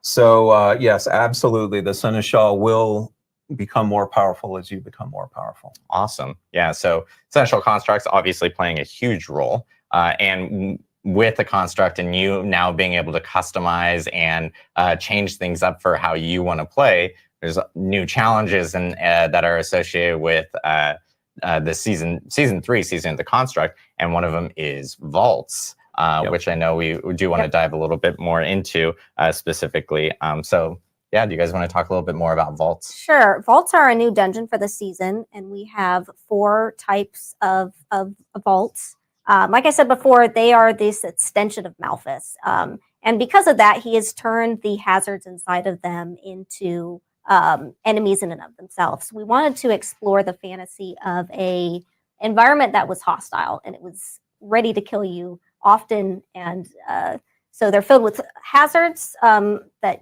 spinning fires of death, floor plates that come alive, arrows that shoot out of the walls, and with our construct enemies. I think we have some footage of the vaults as well to kind of walk you through it.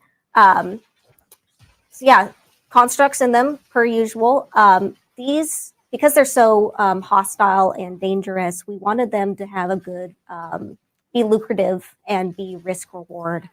So we have a lot of different loot. I think a little bit later in the video, there's like an explosion of gold, and that's just going to be common. And our dungeon designers, typically with the dungeon experience, you get a pop-up and you're like, okay, it's telling me to kill all the enemies. I know what to do. The dungeon designers wanted to explore a little bit of I'm not sure what I'm going to be experiencing. I have to go find my objective.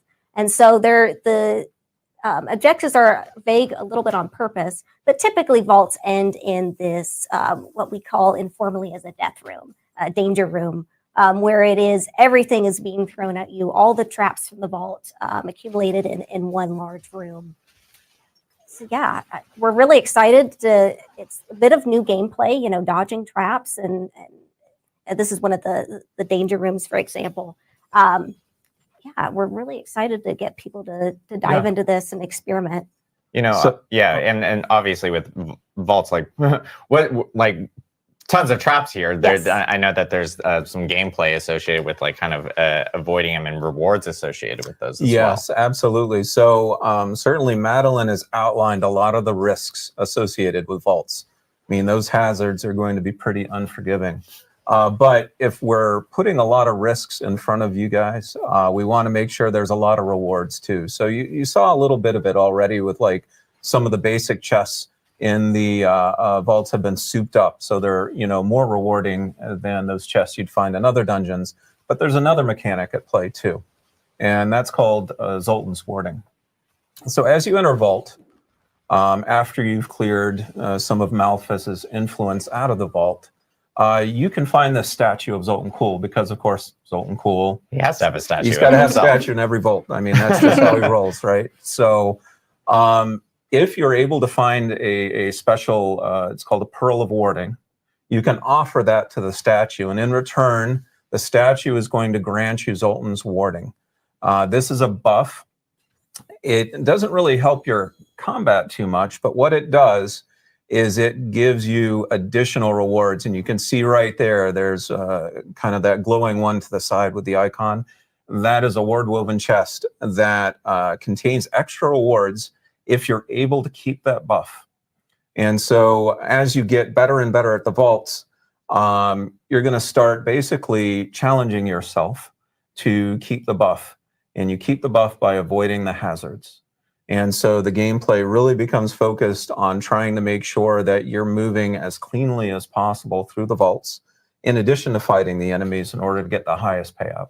And I if you make mistakes, I know I will make mistakes. Yes, I will too. I am a person that gets hit by every single trap under the sun. Are there ways of being able to help mitigate some of those types of mistakes? You can have multiple stacks of buffs. So one pearl is, I believe, 3 stacks. Yeah. And so if you want to go grind the overworld activity to get the pearls, okay, I have a bunch of stacks, I have a really good chance. And if you don't make it and no stacks left, there were 2 chests at the end, you still always get a loot. But the super great loot comes from Zoltan's Warding. Yep. Got it. So so there are opportunities for players to actually get multiple chests. Yes. And you can actually have multiple stacks of warding to essentially create a buffer if you're planning on playing a little bit more sloppy. If you really want to brute force your way through, you can, but you've got to invest a little more time. Got it. No, that makes sense. That's great to know. And I guess with the Pearls and Overworld activity, I know that has to earn those types of buffs. How do players actually end up doing that? So that's our second repeatable activity that I'd mentioned, which is the Arcane Tremors. And so Arcane Tremors is a new type of overworld activity that's really localized around the entrances of the vault. So remember how we were talking about Malphas, and Malphas's sights have become grander now that he controls all the vaults. And so all the constructs are starting to spill out into Sanctuary and cause trouble. Additionally, some new types of hazards have unearthed and are starting to appear around the vaults. And so it's your job to every so often go in and beat back, all these construct invasions or incursions, essentially, that are creating the tremors. And so I can talk a little bit about this activity. We can queue up some video for that too. And so here you've arrived and you see basically a roaming band of constructs. And, obviously it's your job to go in and kill them and send them back to where they came from. But That's not all you need to do within this activity. What you're looking to do to really advance the activity is look for these cores that you can use to draw out Malphus's most powerful lieutenants. And so you're getting a core here from an obelisk, which is an overworld hazard, and you've got to make sure to not get hit by that. And if you collect enough cores, you're able to deposit them in a brazier, which you can see on screen here glowing. And the brazier is a signal that you are now challenging one of the heralds of Malphus. And the herald of Malphus you see appearing right there. You and hopefully a bunch of other of your friends will, gang up and defeat the herald of Malphus, get some cool rewards in addition to those pearls that we were talking about before, which you can then use to supercharge your rewards elsewhere. Awesome. Yeah, and I know, like, this being an overworld activity, one thing that, and this is based off of feedback that we've gotten from the community as well, even with Season of Blood, there was Blood Harvest, which were overworld activities, and now there's kind of activities everywhere. And they all have different various rewards for the player, whether that's vaults, whether that's doing some of the activities on the overworld for this season. You have opportunities of actually being able to get rewards kind of all over the place. Yeah, our intention is for season 1, you kind of stayed in tunnels, and Yep. then season 2, you kind of stayed in the overworld most of the time. We didn't want to make the players feel like they're stuck and they can only stay in one place and this is it. So the intention is you do some dungeons, you do some overworld activities, maybe do some bounties along the way. You should feel like you're mobile and not, hey, I have to stay here for the season. Yep. Yeah, and just another thing that I know we briefly touched on, which was vaults and how there are nightmare variations of that. Yes. And that's something that is additional to just going through vaults as well. So Yep. The vaults are fully dungeons in that respect. And so we have the ability and have made nightmare versions of all of these dungeons. And the nightmare versions of the dungeons obviously have more difficult combat, but they also have a lot more rewards. So those chests we had talked about before, the ward-woven chests, you actually get more of those as you advance in the nightmare system. So then your vault runs become even more and more rewarding in that case. Yeah, and like, how would you access something like that specifically? Right. So we're going to use the Nightmare Dungeon Sigil system, but we've created a way that the game can now award unique seasonal sigils. And in this case, they're called vault sigils.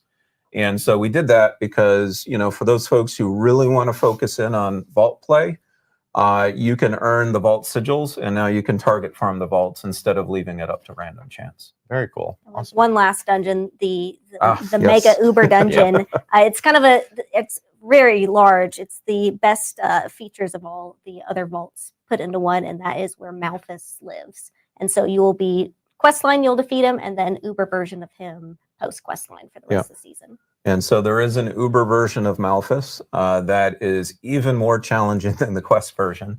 And he kind of sits parallel to the current boss ladder. So you don't need to do him for the boss ladder, but it's certainly going to be a bonus for you if you do. Awesome. So yeah, way more additional content in this season. And we have a lot of different ways of being able to play and take your character. You can do it activities on the overworld. You can actually use those activities to help you out in the vaults. You can do nightmare variations of the vaults. We have Uber vaults now, or with a larger, more difficult vault with a new boss here for season 3 as well. And this is just a little bit of what we have for season 3 with, of course, we have Seneschal Constructs, which will be around with you all the time. And with that, we, of course, have one additional component to season 3. That's right. And that's with the Gauntlet and Leaderboard. And I will caveat, like, I know we mentioned this in the blog earlier this week. So the Gauntlet and Leaderboard are actually not going to launch at the start of this season. And that's really because, we want players to actually go through the season and actually grow and learn the season with their character before we actually launch the leaderboards. So we will have information on when we actually do launch Gauntlet and Leaderboards really soon. But Dan, I know, wants to kind of dive deeper into what leaderboards are and what the Gauntlet is for players so they have a better idea. Yeah, so a lot of you saw a taste at BlizzCon of what the Gauntlet and the Trials leaderboards are going to be.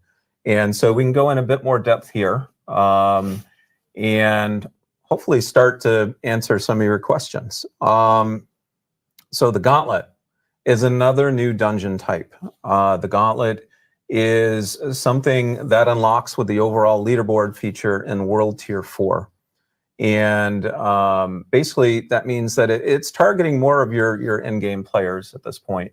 Folks who have really decided on a build, they're starting to really round it out. It's become more powerful, and now they want to prove their might.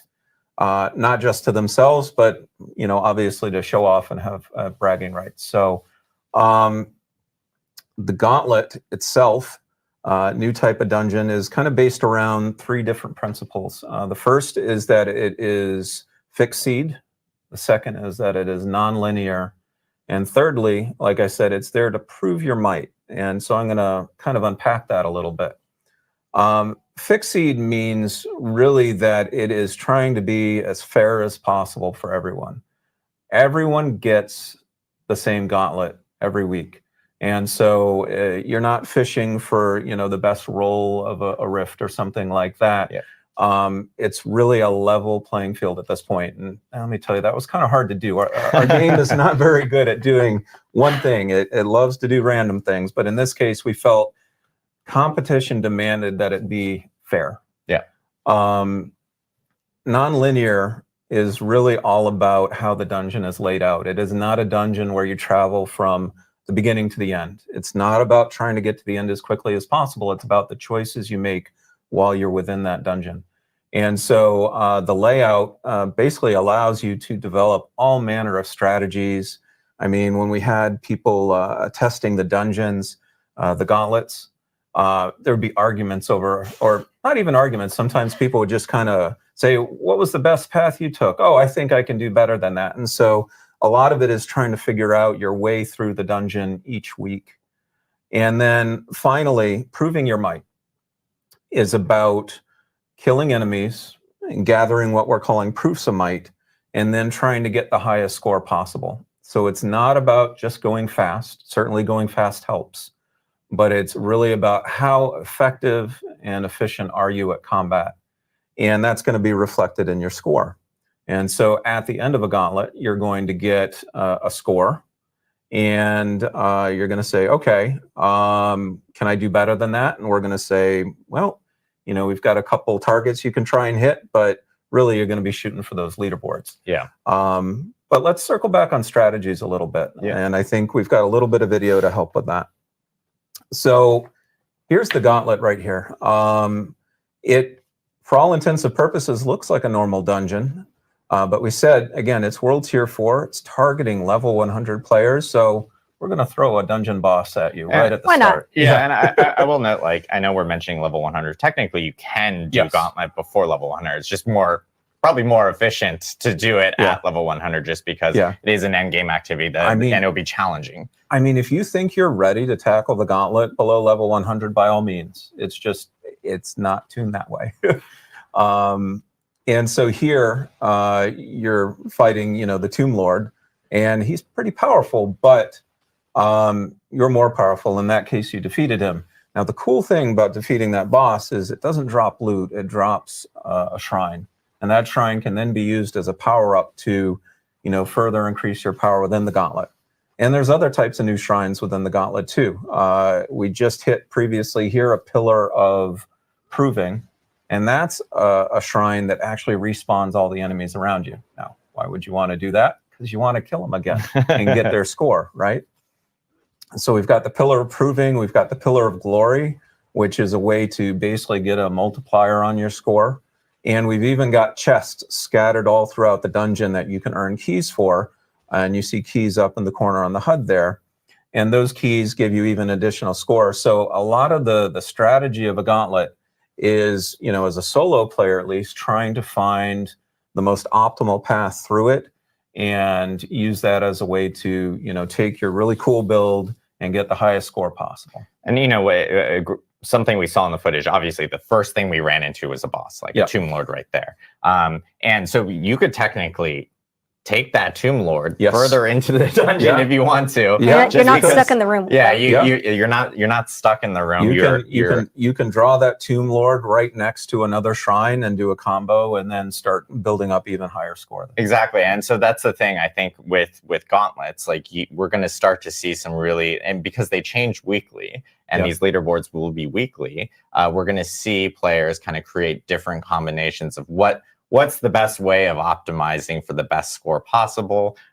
You know, taking advantage of the shrines, taking advantage of the chests, taking advantage of like, should I drag a bunch of enemies over here just because I know I'll have a shrine ready and stuff like that. So it's going to actually be really interesting to see, and I think it adds even more complexity to the idea once you start adding additional players to it as well. Yeah, no, we had a lot of fun testing this, especially in parties, because parties can then start dividing and conquering what you need to do in order to get that high score. And so we expect party scores to be, frankly, ridiculous. Parties, got to play with friends there for that and stuff. And so I know with leaderboards, when you're looking at leaderboards, like I think we actually have an image of the leaderboards here, just like a quick throw up here. But you can see, based off of how leaderboards are, there is an overall leaderboard for players, but then you have the ability of actually being able to filter by class, so you can see where you are within your own class. Yeah, so each class does have a unique ladder, and that's those first 5 icons you see right there represent each of those classes if you're playing solo. And that was really important to us because we were talking about that component of fairness that we want to make sure that, you know, the competition is a level playing field. We understand that, you know, a ball lightning sork, for example, probably shouldn't be compared to, you know, a rogue or something like that. And so we allow each class to compete independently. And then there are also ladders for each of the different party sizes, because obviously a 4-person party probably is going to be able to cover more ground than a 2-person party. And so that actually creates 8 ladders with leaderboards right there. And then we also multiply that by 2 because we have separate ladders for our hardcore players, because they are, well, they're competing on hardcore mode. They should get their own ladders. Exactly. And then we also have filters and leaderboards for the different platforms. Yeah, so you can actually compare yourself. If you're playing on Xbox, you can compare yourself to other players on Xbox. Same thing for PC, which is great to see. Like, we have the option of being able to kind of really filter out and see where we stack against other players in the leaderboard. And that all gets rolled up into a global leaderboard as well. And all of those leaderboards we mentioned, you are also able to filter by friend and by clan if you want to be able just to see the people you're familiar with and not compete with kind of the community at large. Yeah, so it's catered and customized to like allow players to actually really get into like almost like a granular type of look of how they may compete against, you know, just maybe everyone, or maybe just everyone on Xbox, or maybe just your friends, or maybe just people in your clan, which is really cool to see. And of course, with leaderboards and, you know, tackling leaderboards, as you mentioned, it is a separate dungeon. There are kind of rewards associated with leaderboards. That's right. So be straight up here, though. The ultimate reward of a leaderboard is glory and bragging rights. Exactly. And so, you know, only the top 1,000 players during a week are going to be able to get on the leaderboards. And it's going to be a pretty big accomplishment, but we got to do a little bit better than that. And so not only do we have the weekly leaderboards, we have the Hall of the Ancients, which is the top 10 players from every ladder each week get written to the Hall of the Ancients. Now, unlike the weekly leaderboard, the Hall of the Ancients don't reset. And so that is a permanent record of everyone who is the best of the best each week, each season. And it's not going to ever get erased, going to be there forevermore. So yeah, you always have bragging rights if you ever want to show to other people, like, even if you come back like in a later season or something, you can always go like, trust me, I know what I'm doing type of thing. Yeah. But we've got some additional rewards too. We've got some neat cosmetics for folks who, you know, maybe don't hit the Hall of the Ancients, but they hit another threshold on the leaderboards. And we've also introduced another type of reward called seals. Now, I like to think of myself like I could compete, but I know better than that. I am never going to be ranking on those leaderboards ever. And so the seals are meant for players, frankly, like me, who just, you know, not ready for the leaderboards yet. And so what the seals are is, you know, let me describe it this way. So we've got that ladder we were describing, right? And each rung of that ladder is going to have a seal associated with it.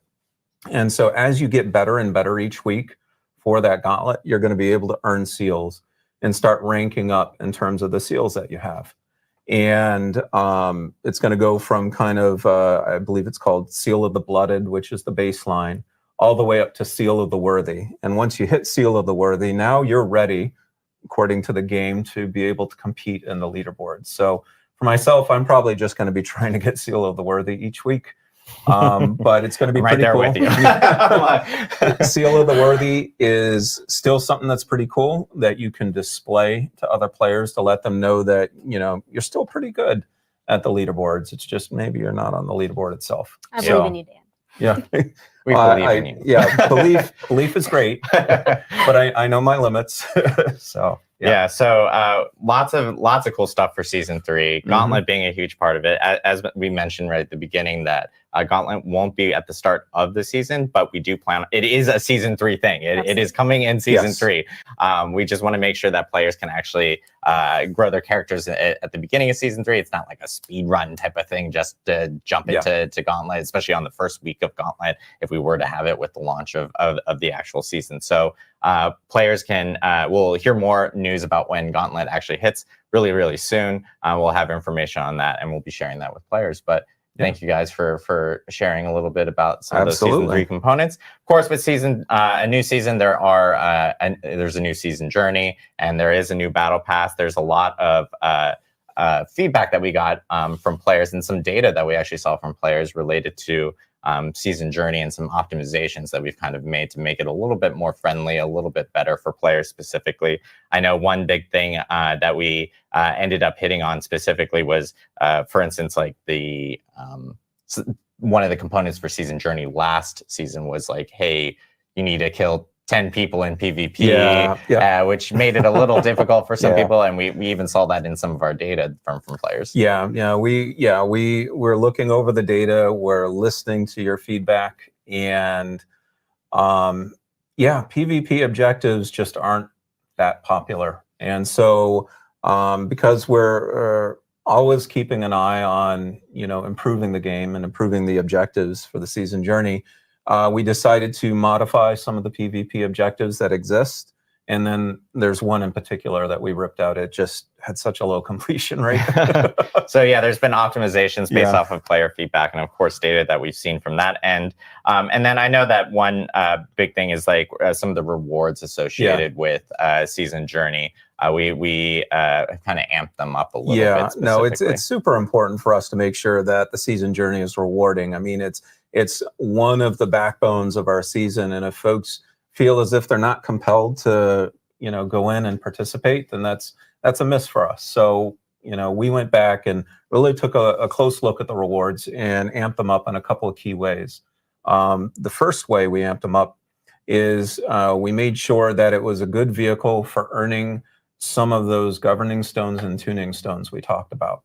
And so you actually get an advanced look for some of those governing and tuning stones if you play the season journey. And so you'll get the drops a little bit sooner, and that'll give you a little more of a leg up with speccing out your Seneschal. The other thing we did is we looked at those later chapters, you know, Champion and Slayer and Destroyer.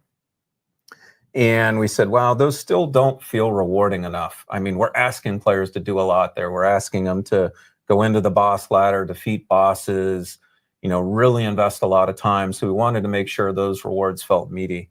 And so we added a number of ancestral legendaries there, including some that are 925 eye power. Nice. So hopefully that will be something that folks will really enjoy, and you know, get more folks, you know, wanting to take that journey with the season. Also, something slightly related to season journey and feedback is we got some feedback that previously for our quest lines, you had to complete certain levels of season journey to even progress in the quest line. Got a lot of feedback. People didn't like it. We don't want people not to feel good with it. So starting season 3, you can just do it start to finish. There's no season journey break. Yep. Very so cool. It's Awesome. no longer says level up to, chapter 3 of the season journey. Yeah.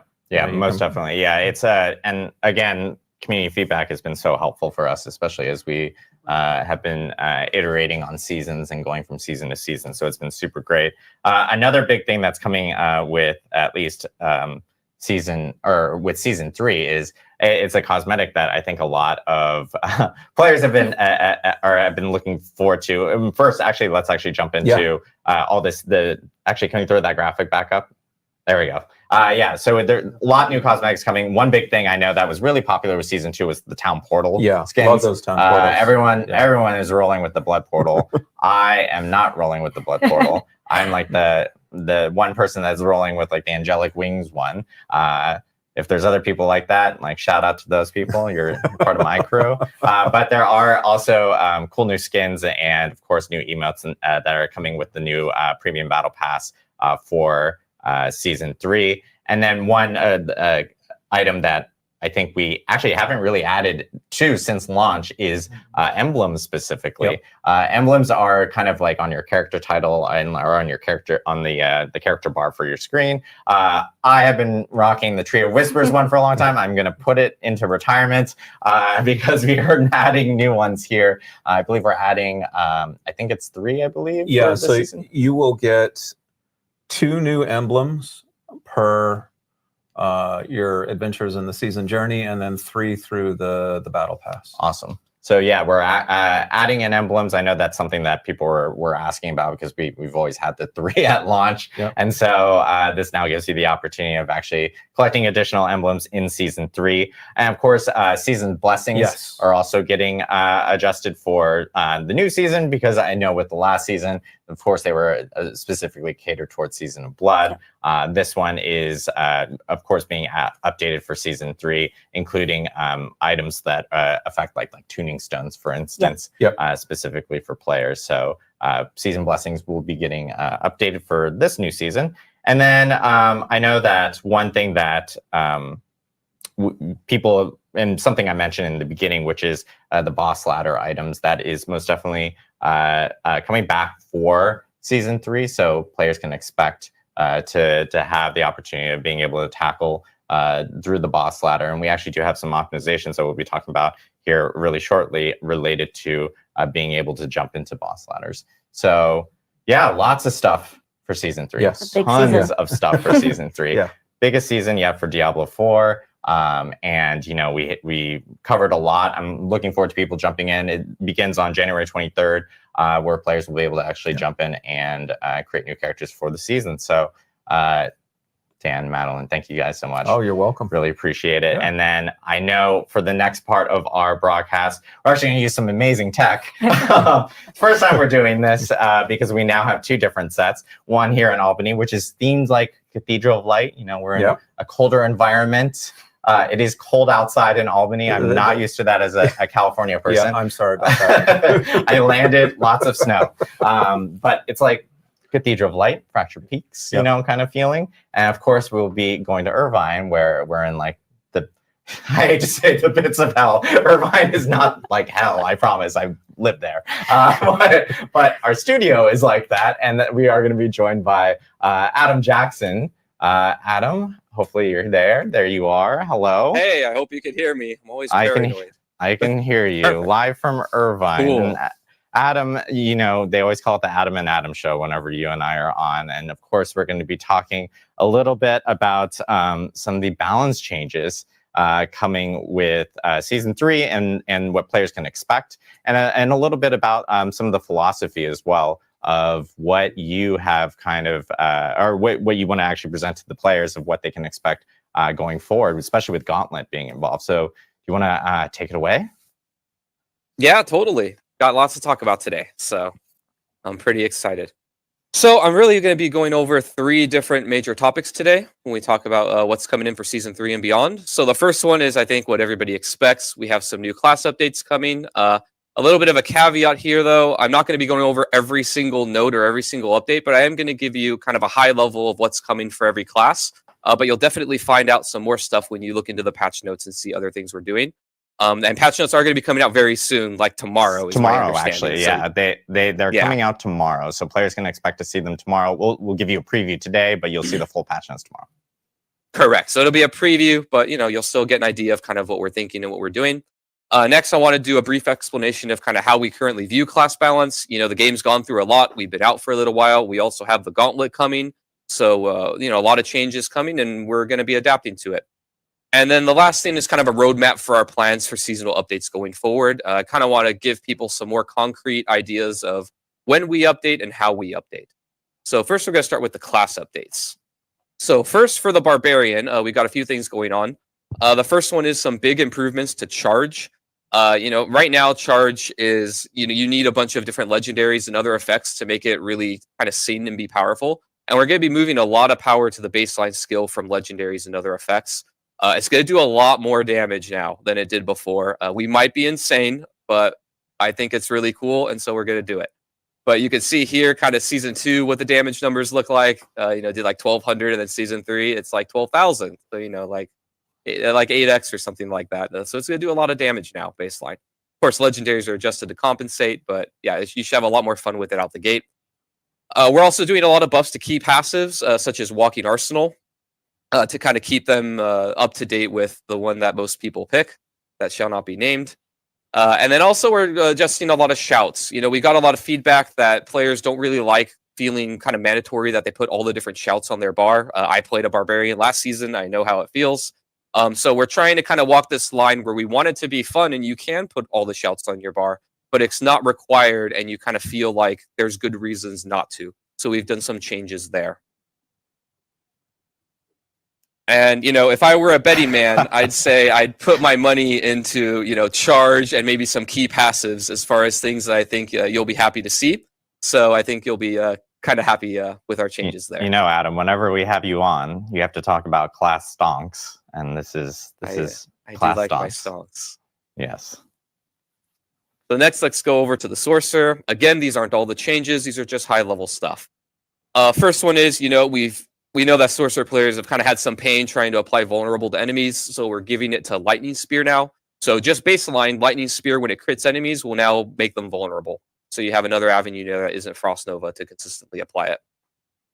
We also have some buffs to various Paragon legendary nodes that you can look forward to that kind of open up or make some things stronger. And last but not least, for you Meteor fans, Meteor build is getting quite a few updates and buffs across the board. We also are giving them a new unique that kind of changes how you think about it and how it plays. That I'll be showing off in a little bit. So can't wait to see it. It's so good. It's so good. Yeah, totally. So again, here, Meteor players and Elemental Summoner players, like the ones that like to use the different conjurations, we got some stuff there in the legendary or the Paragon legendary node space that should make you happy. And next, we've got the Rogue. So we've got quite a few changes coming to the Rogue. There's a lot of buffs to really underused skill and skill upgrades. A lot of people use, Twisting Blades and Poison Imbue and things like that. And we're really targeting some of the things that people aren't using so much and giving them some love. In particular, we're targeting range builds to make them more viable and fun. I think it's the Precision Key passive is getting a bit of a rework, and a lot of stuff coming for things like Penetrating Shot and stuff like that. And we're also updating pretty much all the range uniques, including Windforce, Skyhunter, and Eaglehorn. They're going to be quite a bit more usable and powerful, I think. So here, again, some buffs coming really to range builds in general, and also Caltrops, which is a bit of an underused skill that we're giving some love. And then we got the Druid next. So here we've got some buffs coming to various spirit boons that aren't seen as much play as others. As an example, Prickle Skin is the one that gives you some thorns. The amount there is being increased by a lot. You can see here in Season 2, it gives about 300 at this level. And then Season 3, I think it's doing about 4x what it used to. So some big buffs coming to various spirit boons that are underused. And then also Rabies is getting quite a few upgrades. We got a new legendary coming in for Rabies. That's pretty neat. And then we also have a buff to enhance Rabies. So for all of you that love spreading your poisons among enemies, you're going to be a little bit happy in Season 3. So here again, we got some buffs. I put Rabies here, but also Lightning Storm, and we'll be showing off a new unique there too. I'm actually probably going to play Lightning Storm in Season 3 because it's got a really cool unique coming that we're going to So you'll have that to look forward to. Yeah, I'm so excited for you to show these uniques. I think people are gonna probably cater their builds for those classes to some of those uniques. Yeah, they're pretty. I mean, we have uniques coming for every class. We're just gonna be Yeah. showing those 2 off today. Again, not everything, but they're pretty cool. Last but not least, we've got Necromancer. So Blood and Iron Golems. So fun fact for those of you who didn't know, but the Bone Golem, when it attacks enemies with its normal attack, it actually cleaves and hits nearby enemies. And the Blood and Iron Golems didn't, and they were very jealous and unhappy. And so we just decided to give it to them. So now all your golems, your golem friends are going to AoE cleave when they attack. I didn't put in a note here, but also just golems in general are getting some buffs. And I think we even some other minion buffs across the board. But you can see those in the patch notes. And then a quality of life change coming is that Bone Prison, friendly players and your minions can now move through them. We've seen some situations, I know I've played it, where you'll Bone Prison an enemy and you're a minion build, and then your minions actually can't get to the enemy, or they want to go somewhere else and the Bone Prison actually blocks them. So now you and your friends will just be able to go through it. It'll be a lot more usable. And then we got a lot of Bone Spirit upgrades, including a redesign of one of the aspects, which is the aspect of Swelling Curse. I think Bone Spirit players are going to be really happy. So you can see here on the left is kind of the old version of Bone Spirit, and it basically dealt increased damage based on distance traveled. And the gameplay there was you want to be kind of far away from your enemy and then let it slowly creep towards them. It would do more damage. But it turns out Bone Spirit players really just kind of shotgun it and try and get next to enemies. So it wasn't really very usable or good most of the time. So now we changed it where this legendary gives you everything a Bone Spirit player would want. You get more crit chance on Bone Spirit, which means its CDR goes down thanks to its upgrades. And then when you hit enemies, your max essence is temporarily increased, which means more damage on Bone Spirit. So this really just kind of gives you everything that you want. And so here again, we got some buffs coming to Bone Spirit and to Golems for the Necromancers. So if you use either of those, I think you'll be eating pretty well this season. And again, these are just some examples. We got a lot more stuff in the patch notes for everybody.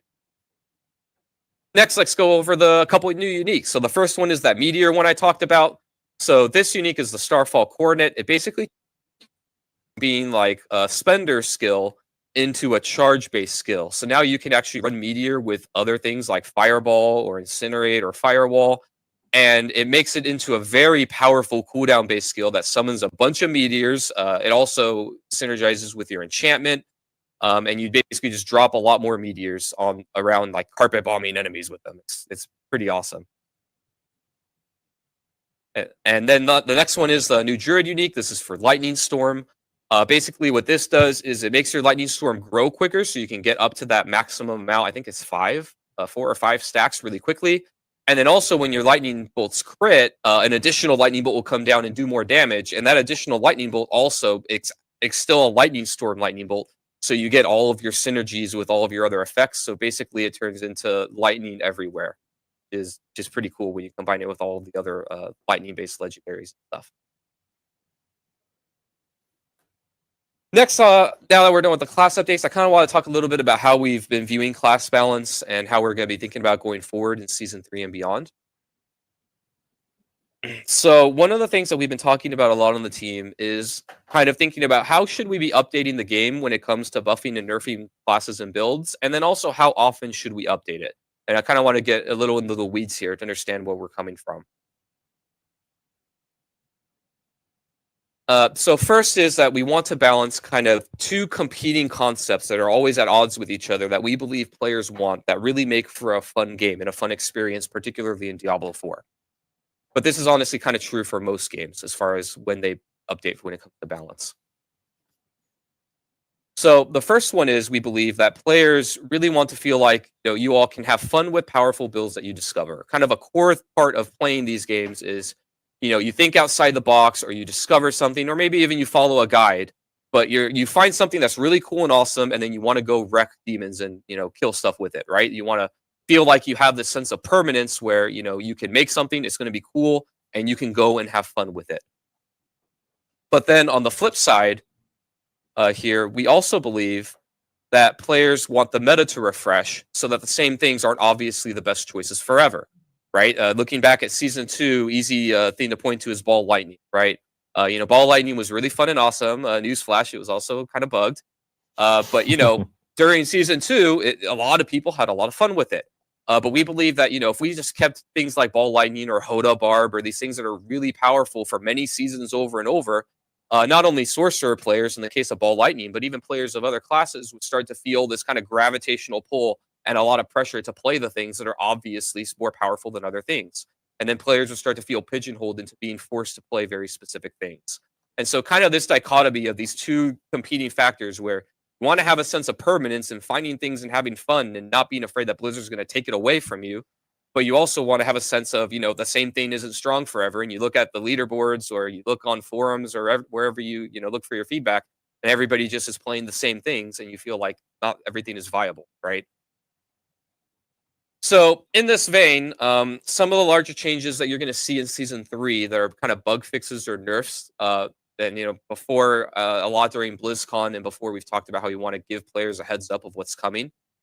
So these are the things you're going to see at the launch of Season 3 that are kind of they're having their power lowered. The first one is the Ball Lightning enchantment, or enhancement, sorry, is causing it to deal too much damage, obviously.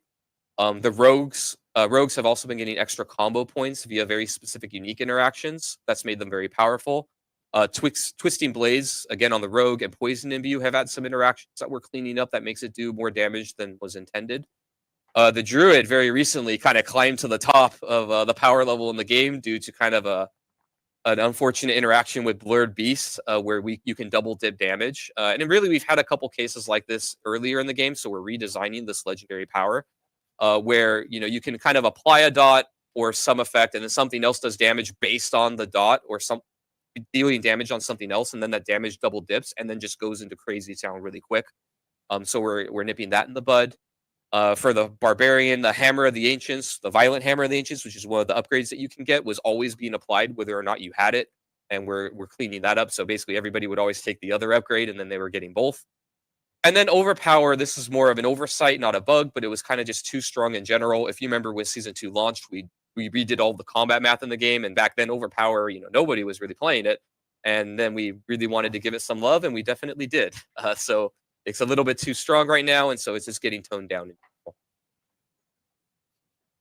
And now next I want to talk about our season roadmap. Kind of, when we were talking about how we think about how often we should update the game, we wanted to let you, the community, know kind of what the conclusions we came to and what we're going to be doing.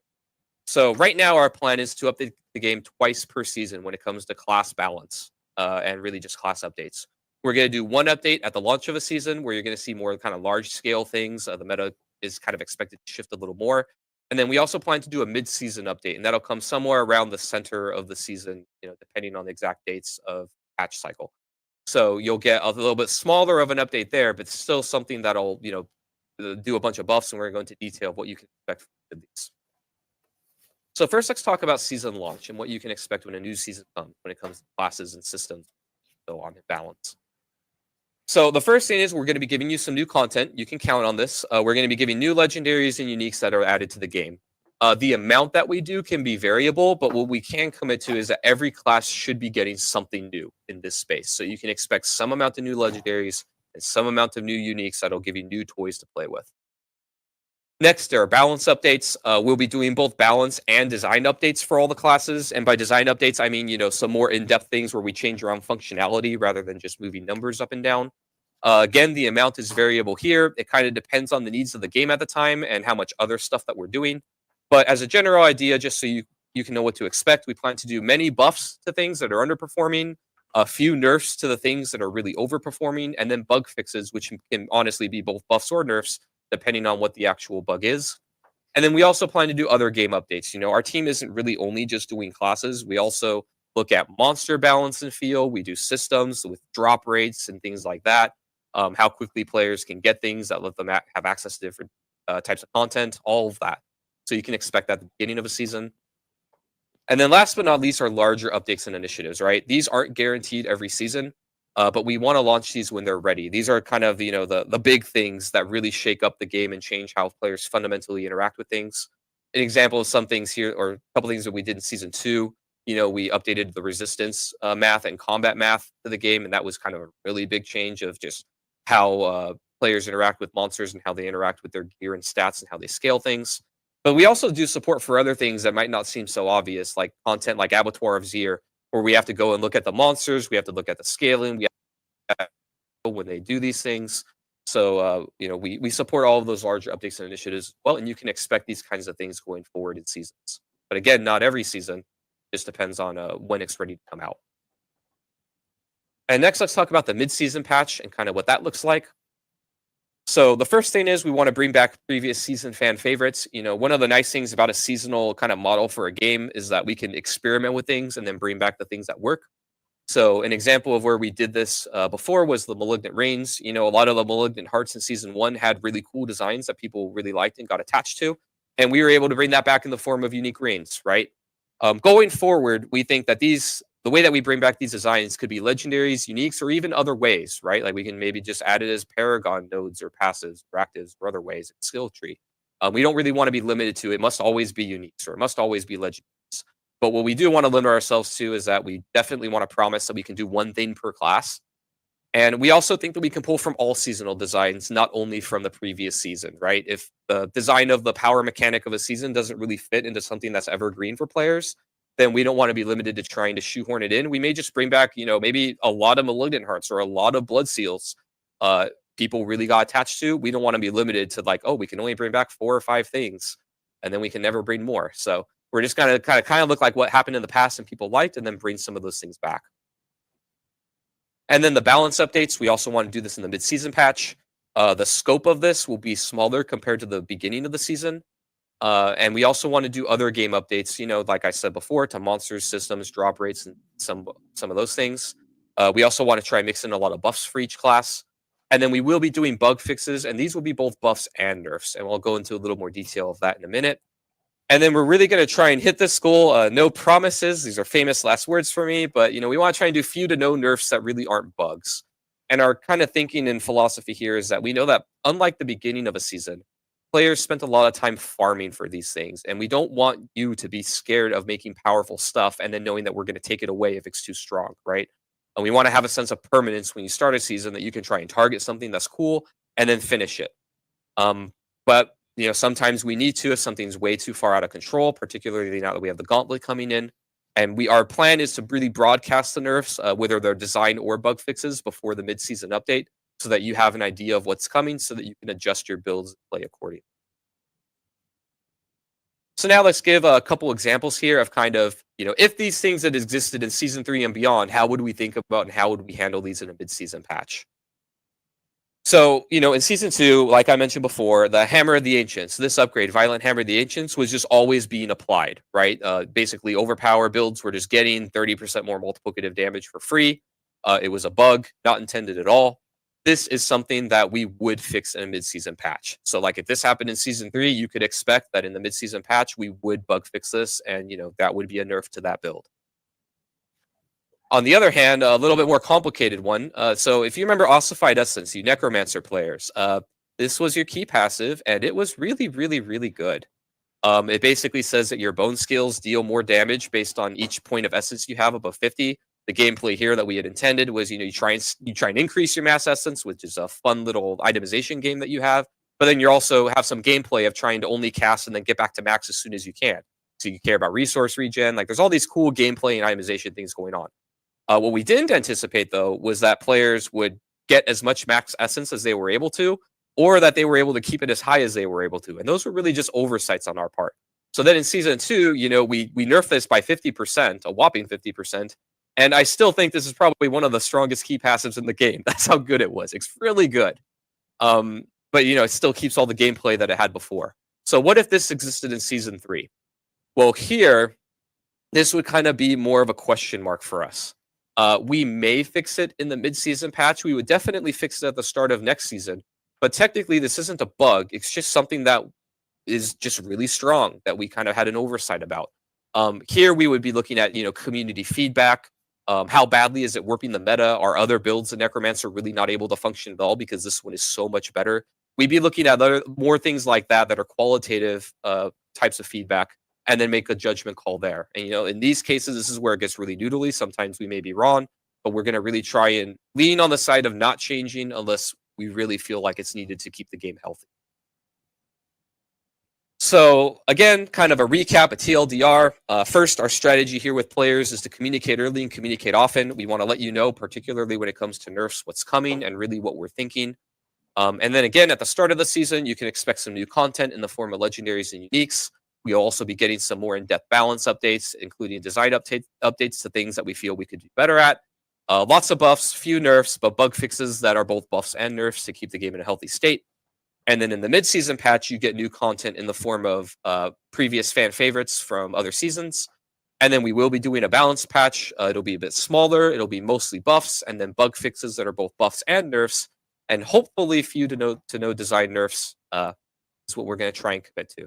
And so again, the reason why we're doing this is we really want you to know kind of where we're thinking, and we want to try and commit to concrete things when we can. And this is something that we feel we can commit to you as far as what we bring to Diablo 4 going forward. Again, last thing is that, we are open to feedback on this. This isn't set in stone that forevermore we'll be only doing 2 updates per season when it comes to balance. We're trying to find that right amount of time where you feel like you can experiment and have fun, but the same thing isn't strong forever. So, please give us your feedback. Let us know what you think. But this is how we're going to start, and then we're going to go from here. So thank you. Awesome. Thank you so much, Adam, for going over all the balance changes coming for Season 3, along with the roadmap, which is really important. And so that's a big thing that we will make sure we do, is obviously communicate often, communicate early, specifically about all the balance changes that may occur with the start of a season, and of course with that mid-season patch. And just for like better understanding within the community, if you follow version numbers of our updates, because we usually do client patches with big patches, usually mid-season patches land around the 0.3 variant of a patch, if you want to go specifically in that. We do have a lot of other quality of life items that are also coming within Season 3 that we do want to get into before we jump into Q&A. And we did want to tackle some of these because these are really big, and these are based off of players and what they're telling us, and of course things and improvements that we've already talked about beforehand that are now actually coming into Diablo 4. One big thing that I know that we mentioned in one of our prior streams with a campfire chat, Mr. Joe Shelley, our game director, actually brought up, which was Hell Tides. Hell Tides was something we learned within Season 2 and Season Blood is everyone really enjoyed Blood Harvest, and Blood Harvest was always up.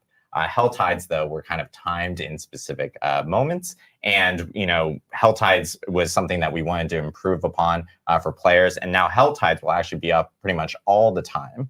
So players will be able to actually jump into Hell Tides whenever they need to. There is a 5-minute break to kind of reset the zone and stuff. But every hour you will be able to jump into a Hell Tide, which is great. So it's more opportunities to earn cinders, and of course more opportunities to earn and obtain loot, or even things like living steel and stuff to kind of go through the Uber boss ladder, which is great. The other thing is, and this is a controversial topic because I don't know how people actually pronounce this, but I've always called it WASD. Other people call it WASD. Some people call it WASD. We need a poll up. I almost want to put a poll up within Twitch chat. Maybe you guys can chime in here and let me know what you prefer calling it. I'm going to call it WASD, but WASD controls are coming to Diablo 4. This is actually something we talked about way back at the launch of the game. We heard a lot of players asking specifically for additional control opportunity or options for them, and this actually is a great feature that Drew, I know, who's on the D4 team. Shout out to Drew. I know he's watching, and he's here in this office. But at least for WASD, it offers more accessibility options for players, which is great to see. So WASD controls are going to be in Diablo 4, and this is something we've been talking about. Yeah. We're also really lucky it came online just as we were putting all those hazards in the dungeons. Exactly. So now, the players have even more precise control to avoid. WASD feels very good with the trap. WASD, however you want to pronounce it, that is going to be. They like WASD. Chat likes WASD according to Rich. It's okay to be wrong. But yeah, it is coming to the game. And what's really great about this as well is that it is customizable. You can actually change things out and stuff if you'd like. So really happy to see it. And we're happy to hear feedback from players and their experiences with it once they jump into Season 3. And then, of course, we have a new respec mode coming to the skill trees. Yes. This is respecing on skill trees has always been a little difficult, and now there's a more optimized way of being able to do so. Another big community item that a lot of players have been asking for. This kind of goes hand in hand with the opportunity of actually taking your whole Paragon board and completely resetting it before, as opposed to doing it one by one that we had beforehand. It's a lot less finicky now. There's more opportunities to actually respec and do it in a much more organized fashion with this.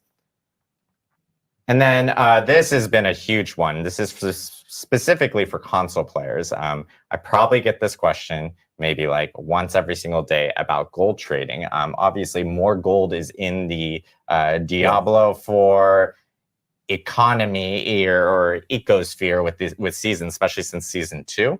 And for console users, like trading gold has been very difficult. It's been slow. You could be there for quite a while trying to trade a significant amount of gold. And so the gold trading UI has been updated for console users. So they'll be able to actually trade gold without having to maybe spend 5 to 10 minutes doing so in one trade. So I know that is a big thing that players have been asking for. So we're happy that's actually being included.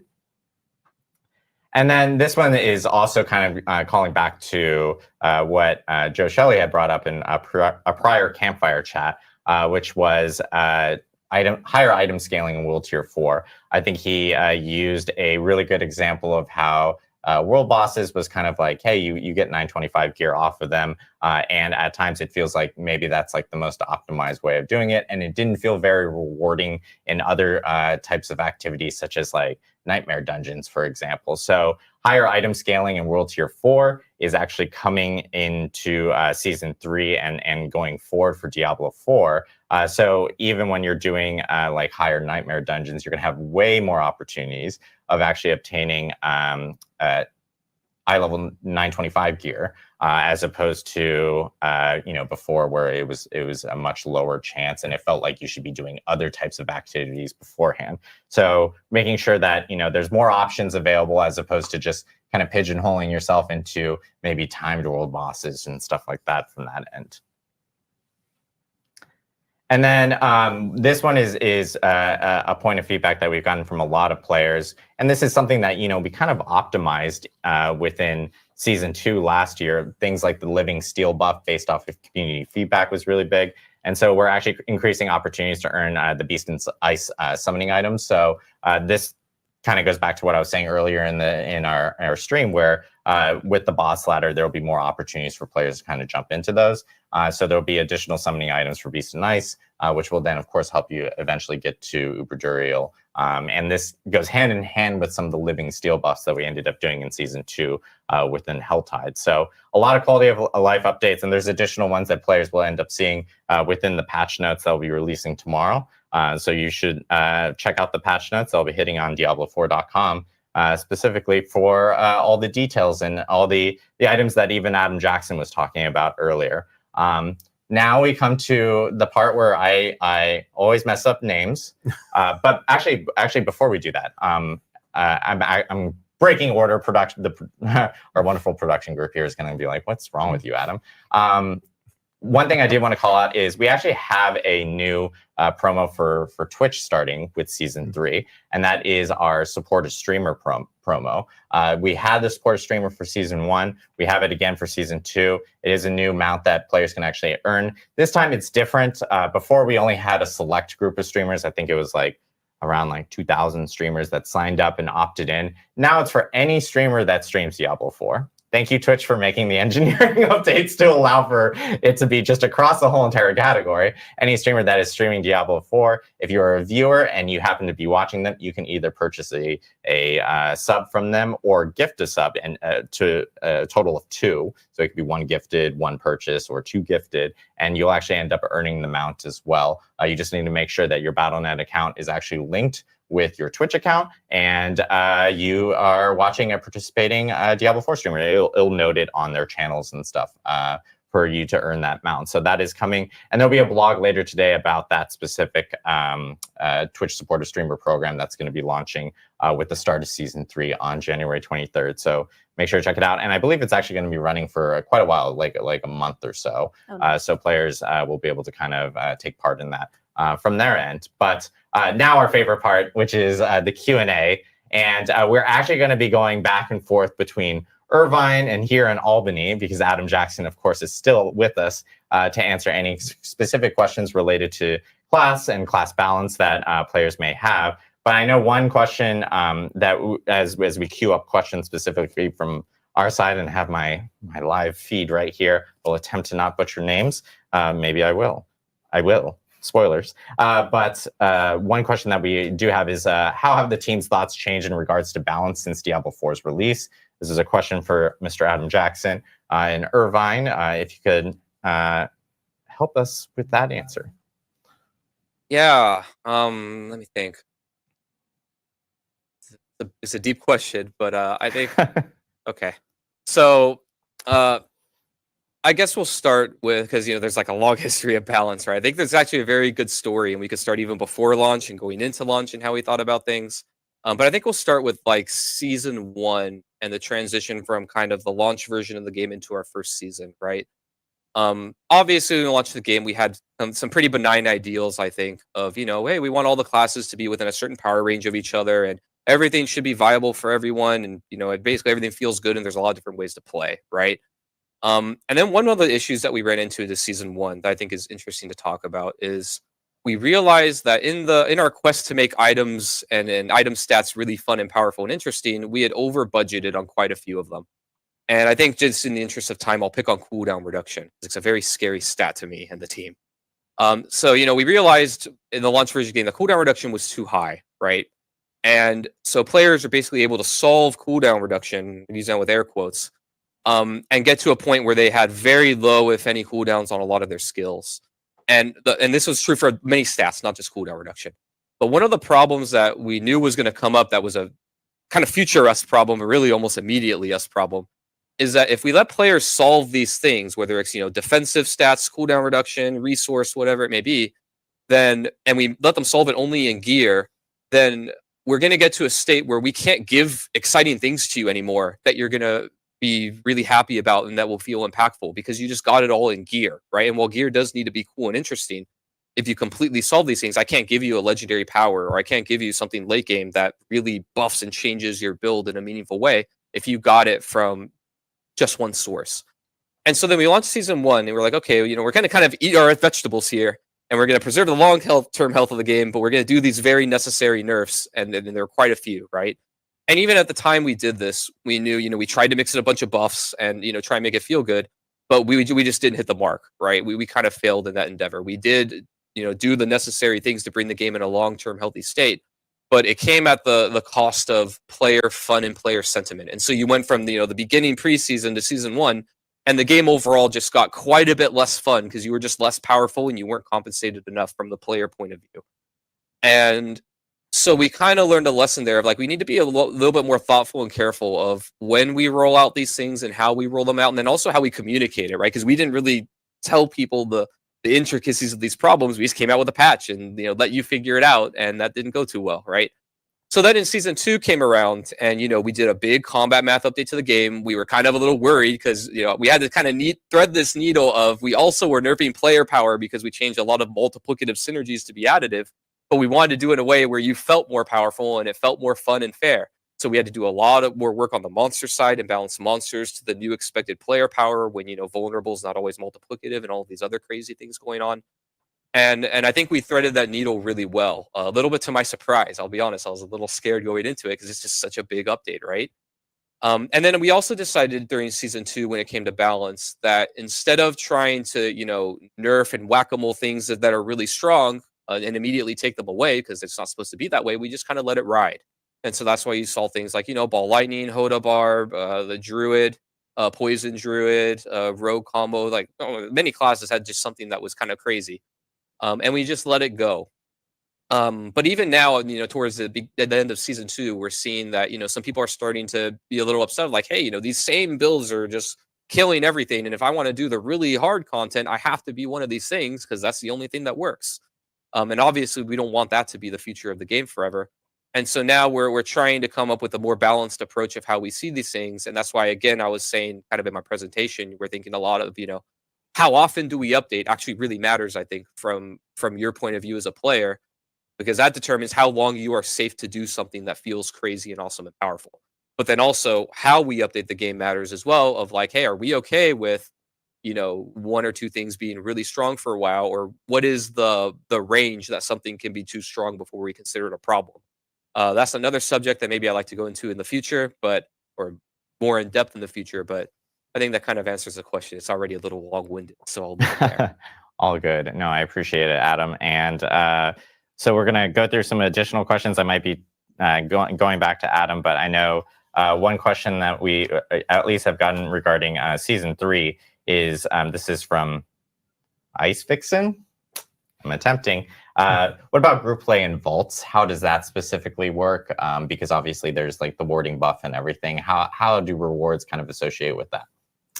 Right. So you are able to group up and play through a vault. And yeah, it behaves pretty much like any other Nightmare dungeon. And so, you know, there are instances where if you leave the dungeon, you will lose the buff. So we're trying to avoid some cases where players might try to cheat their way to the end. Yeah. But overall, you know, we're trying to be as supportive as possible for group play.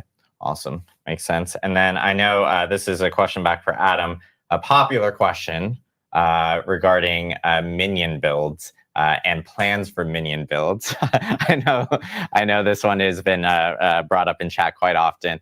What are the plans for like maybe Necromancer or Druid minion build specifically? Yeah, I definitely don't get asked this all the time. So let me think. So we know the feedback that people want minion builds to be kind of more impactful, and these are, now I'm kind of going into my opinion, but I think a lot of that feedback comes from a combination of, you know, they don't feel necessarily maybe as powerful as other builds, which we can and we do. And if you've noticed in our past patches, we've consistently been number buffing minion builds, and even this patch does have some number buffs in that realm. But I think a more complicated, difficult problem to solve is kind of the relationship between the player and the minion, and making the minions feel really cool and awesome, and your investment into them really pay off in a way that is kind of more visceral. That is a harder problem to solve. That requires, it's in my mind, and I'm not promising anything, but you know, these are things like, you know, rethinking of how the Book of the Dead upgrades work, and that relationship between sacrificing and minion upgrades, and really trying to make them do more visually, I think, cool and awesome things, and maybe more reacting to you, and so you feel like they're doing a lot more on their own a little bit. That's kind of the direction that we think. We don't have anything to announce right now as far as that. And Druid Companions, I think, are kind of in a similar vein, even though they don't have quite the same support in fantasy that Necromancer does, because they don't have a Book of the Dead, for example. But I think players really just want this visceral feeling, like I've got my gain with me, and we're all going and messing with stuff. So, you know, we're doing number buffs now. It is a thing that we are looking at. I don't have any promises of when, because again, this is something that I think is a little more difficult to tackle. And we have other things that we're tackling that are, you know, a little more difficult coming in the near future. But it is something that we know of, and that will definitely be coming. I just don't know when. Awesome. I appreciate it. A question related to Uber uniques on Uber vaults. Is that something that players can find there, or like what can they find in that? So Uber uniques are still the domain of Duriel at this point. That's going to be your best shot for getting Uber uniques. But we still wanted to make the Uber vault rewarding. And so for the Seneschal construct, we've actually created several unique tuning stones, which really we haven't given away too much information about, but defeating Uber Malphus is going to be the only way to earn those. Awesome. Yeah. So players will be able to get really, really powerful, unique tuning stones specifically from those. And I will spoil it a little bit. We did technically have PC Gamer did a good interview with Sean, and I know it was kind of revealed specifically in one of the shots there. So if people want a sneak peek of what one does, there is an opportunity to actually check it out there. So people can actually see it there. Another question back for Adam. This is another big question within chat. Oh, by the way, Beefcake Monster asked that last question. I forgot names, but this one is actually asked by a lot of people, so just many names specifically. Sure. Snapshotting. Snapshotting is something that kind of appeared, especially as players were going through like Abattoir of Zir. Do we have any plans regarding snapshotting and what we might do for that? Yeah, we do have things coming. I don't have anything to announce today. It won't be at the beginning of season 3, but we do have fixes coming for snapshotting. We're aware of the problem. It came on a little hot at the end of season 2, but yeah, we've talked about it. We've seen it. We kind of know the intricacies of it, and we'll be taking a look at it in the near future.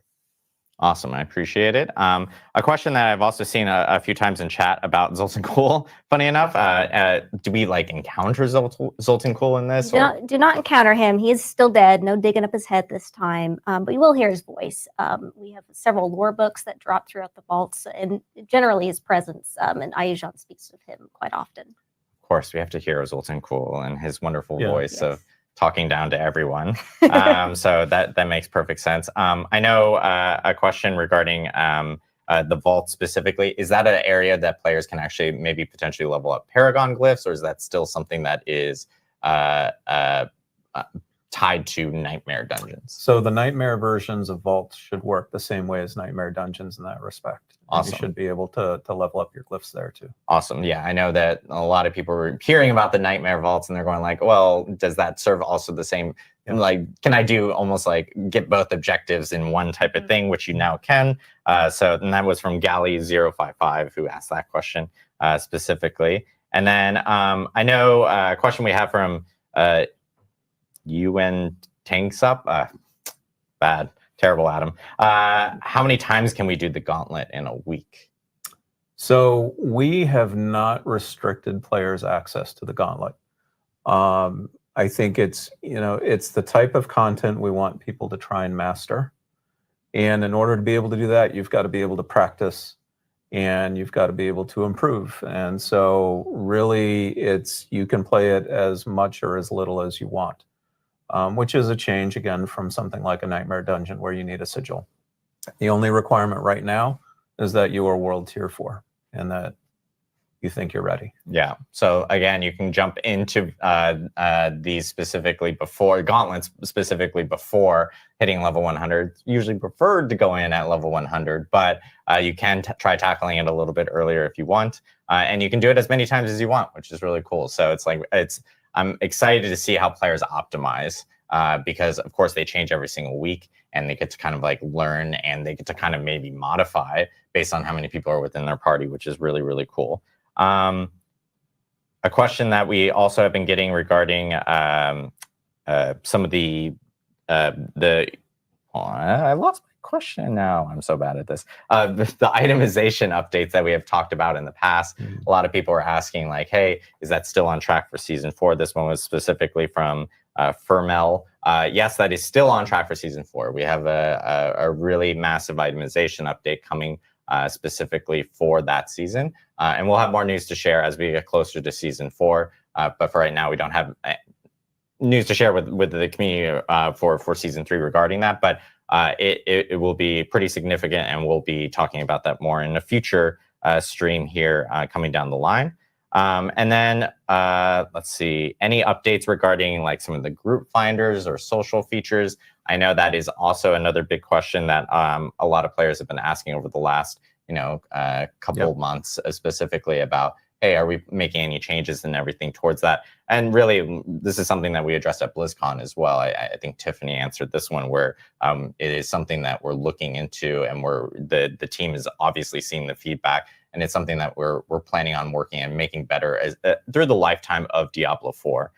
So players can expect to see better and more optimizations towards the social features and the friend finder specifically from that end. Let's see. Do we get more sources of Uber uniques for this specific season? Really, the best way of grabbing Uber uniques is through the boss ladder for sure, through Uber Duriel. And there are more, you can, of course, find Uber uniques anytime throughout the game. It's just there are higher chances through Uber Duriel And that is still the same specifically for this season. And then, of course, now more opportunities to go into that fight now, since we've like amped up a lot of the drops specifically around like Living Steel from season 2 to the Beast and Ice summoning items now with season 3. So players will actually be able to kind of jump into Ubuduriel specifically from that end. Let's see. I know we get a lot of questions about Field of View from players asking like, hey, is there any update of like, are you guys planning on actually increasing the Field of View? Right now, we don't have any plans towards that. It's just something that, you know, we've been hearing a lot from players.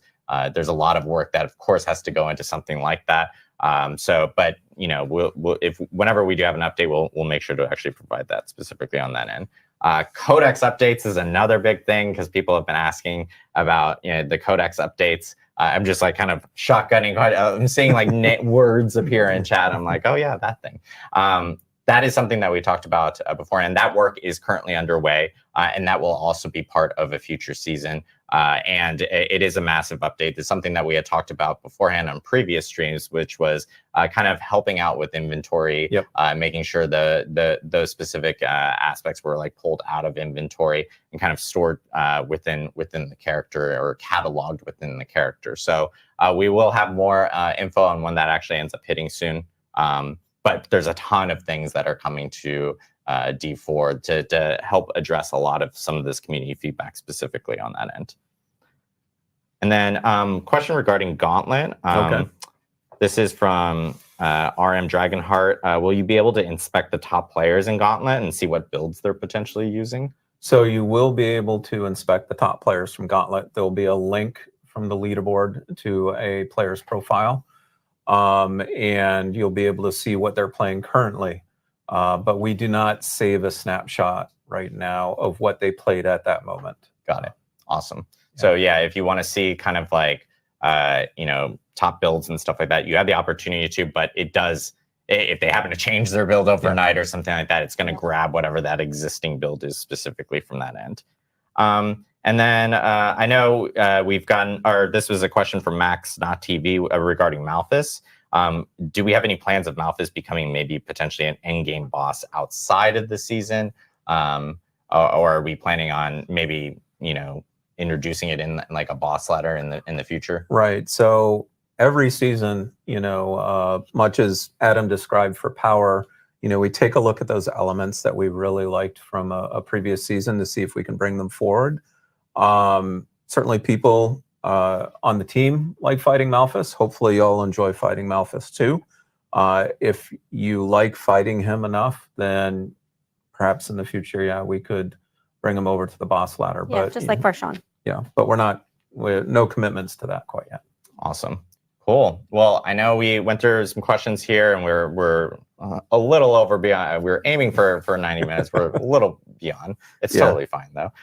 Really appreciate. Yeah, a lot of stuff in season 3. Really appreciate everyone providing questions. And if you have additional questions, of course, make sure to ask them over social media, Reddit, forums. We're always checking those out, and of course, we'll try to address them in either future streams or immediately if we can after the stream. Again, patch notes for season 3 and the new 1.3 patch are going to be hitting tomorrow. So make sure to check Diablo4.com specifically for those patch notes.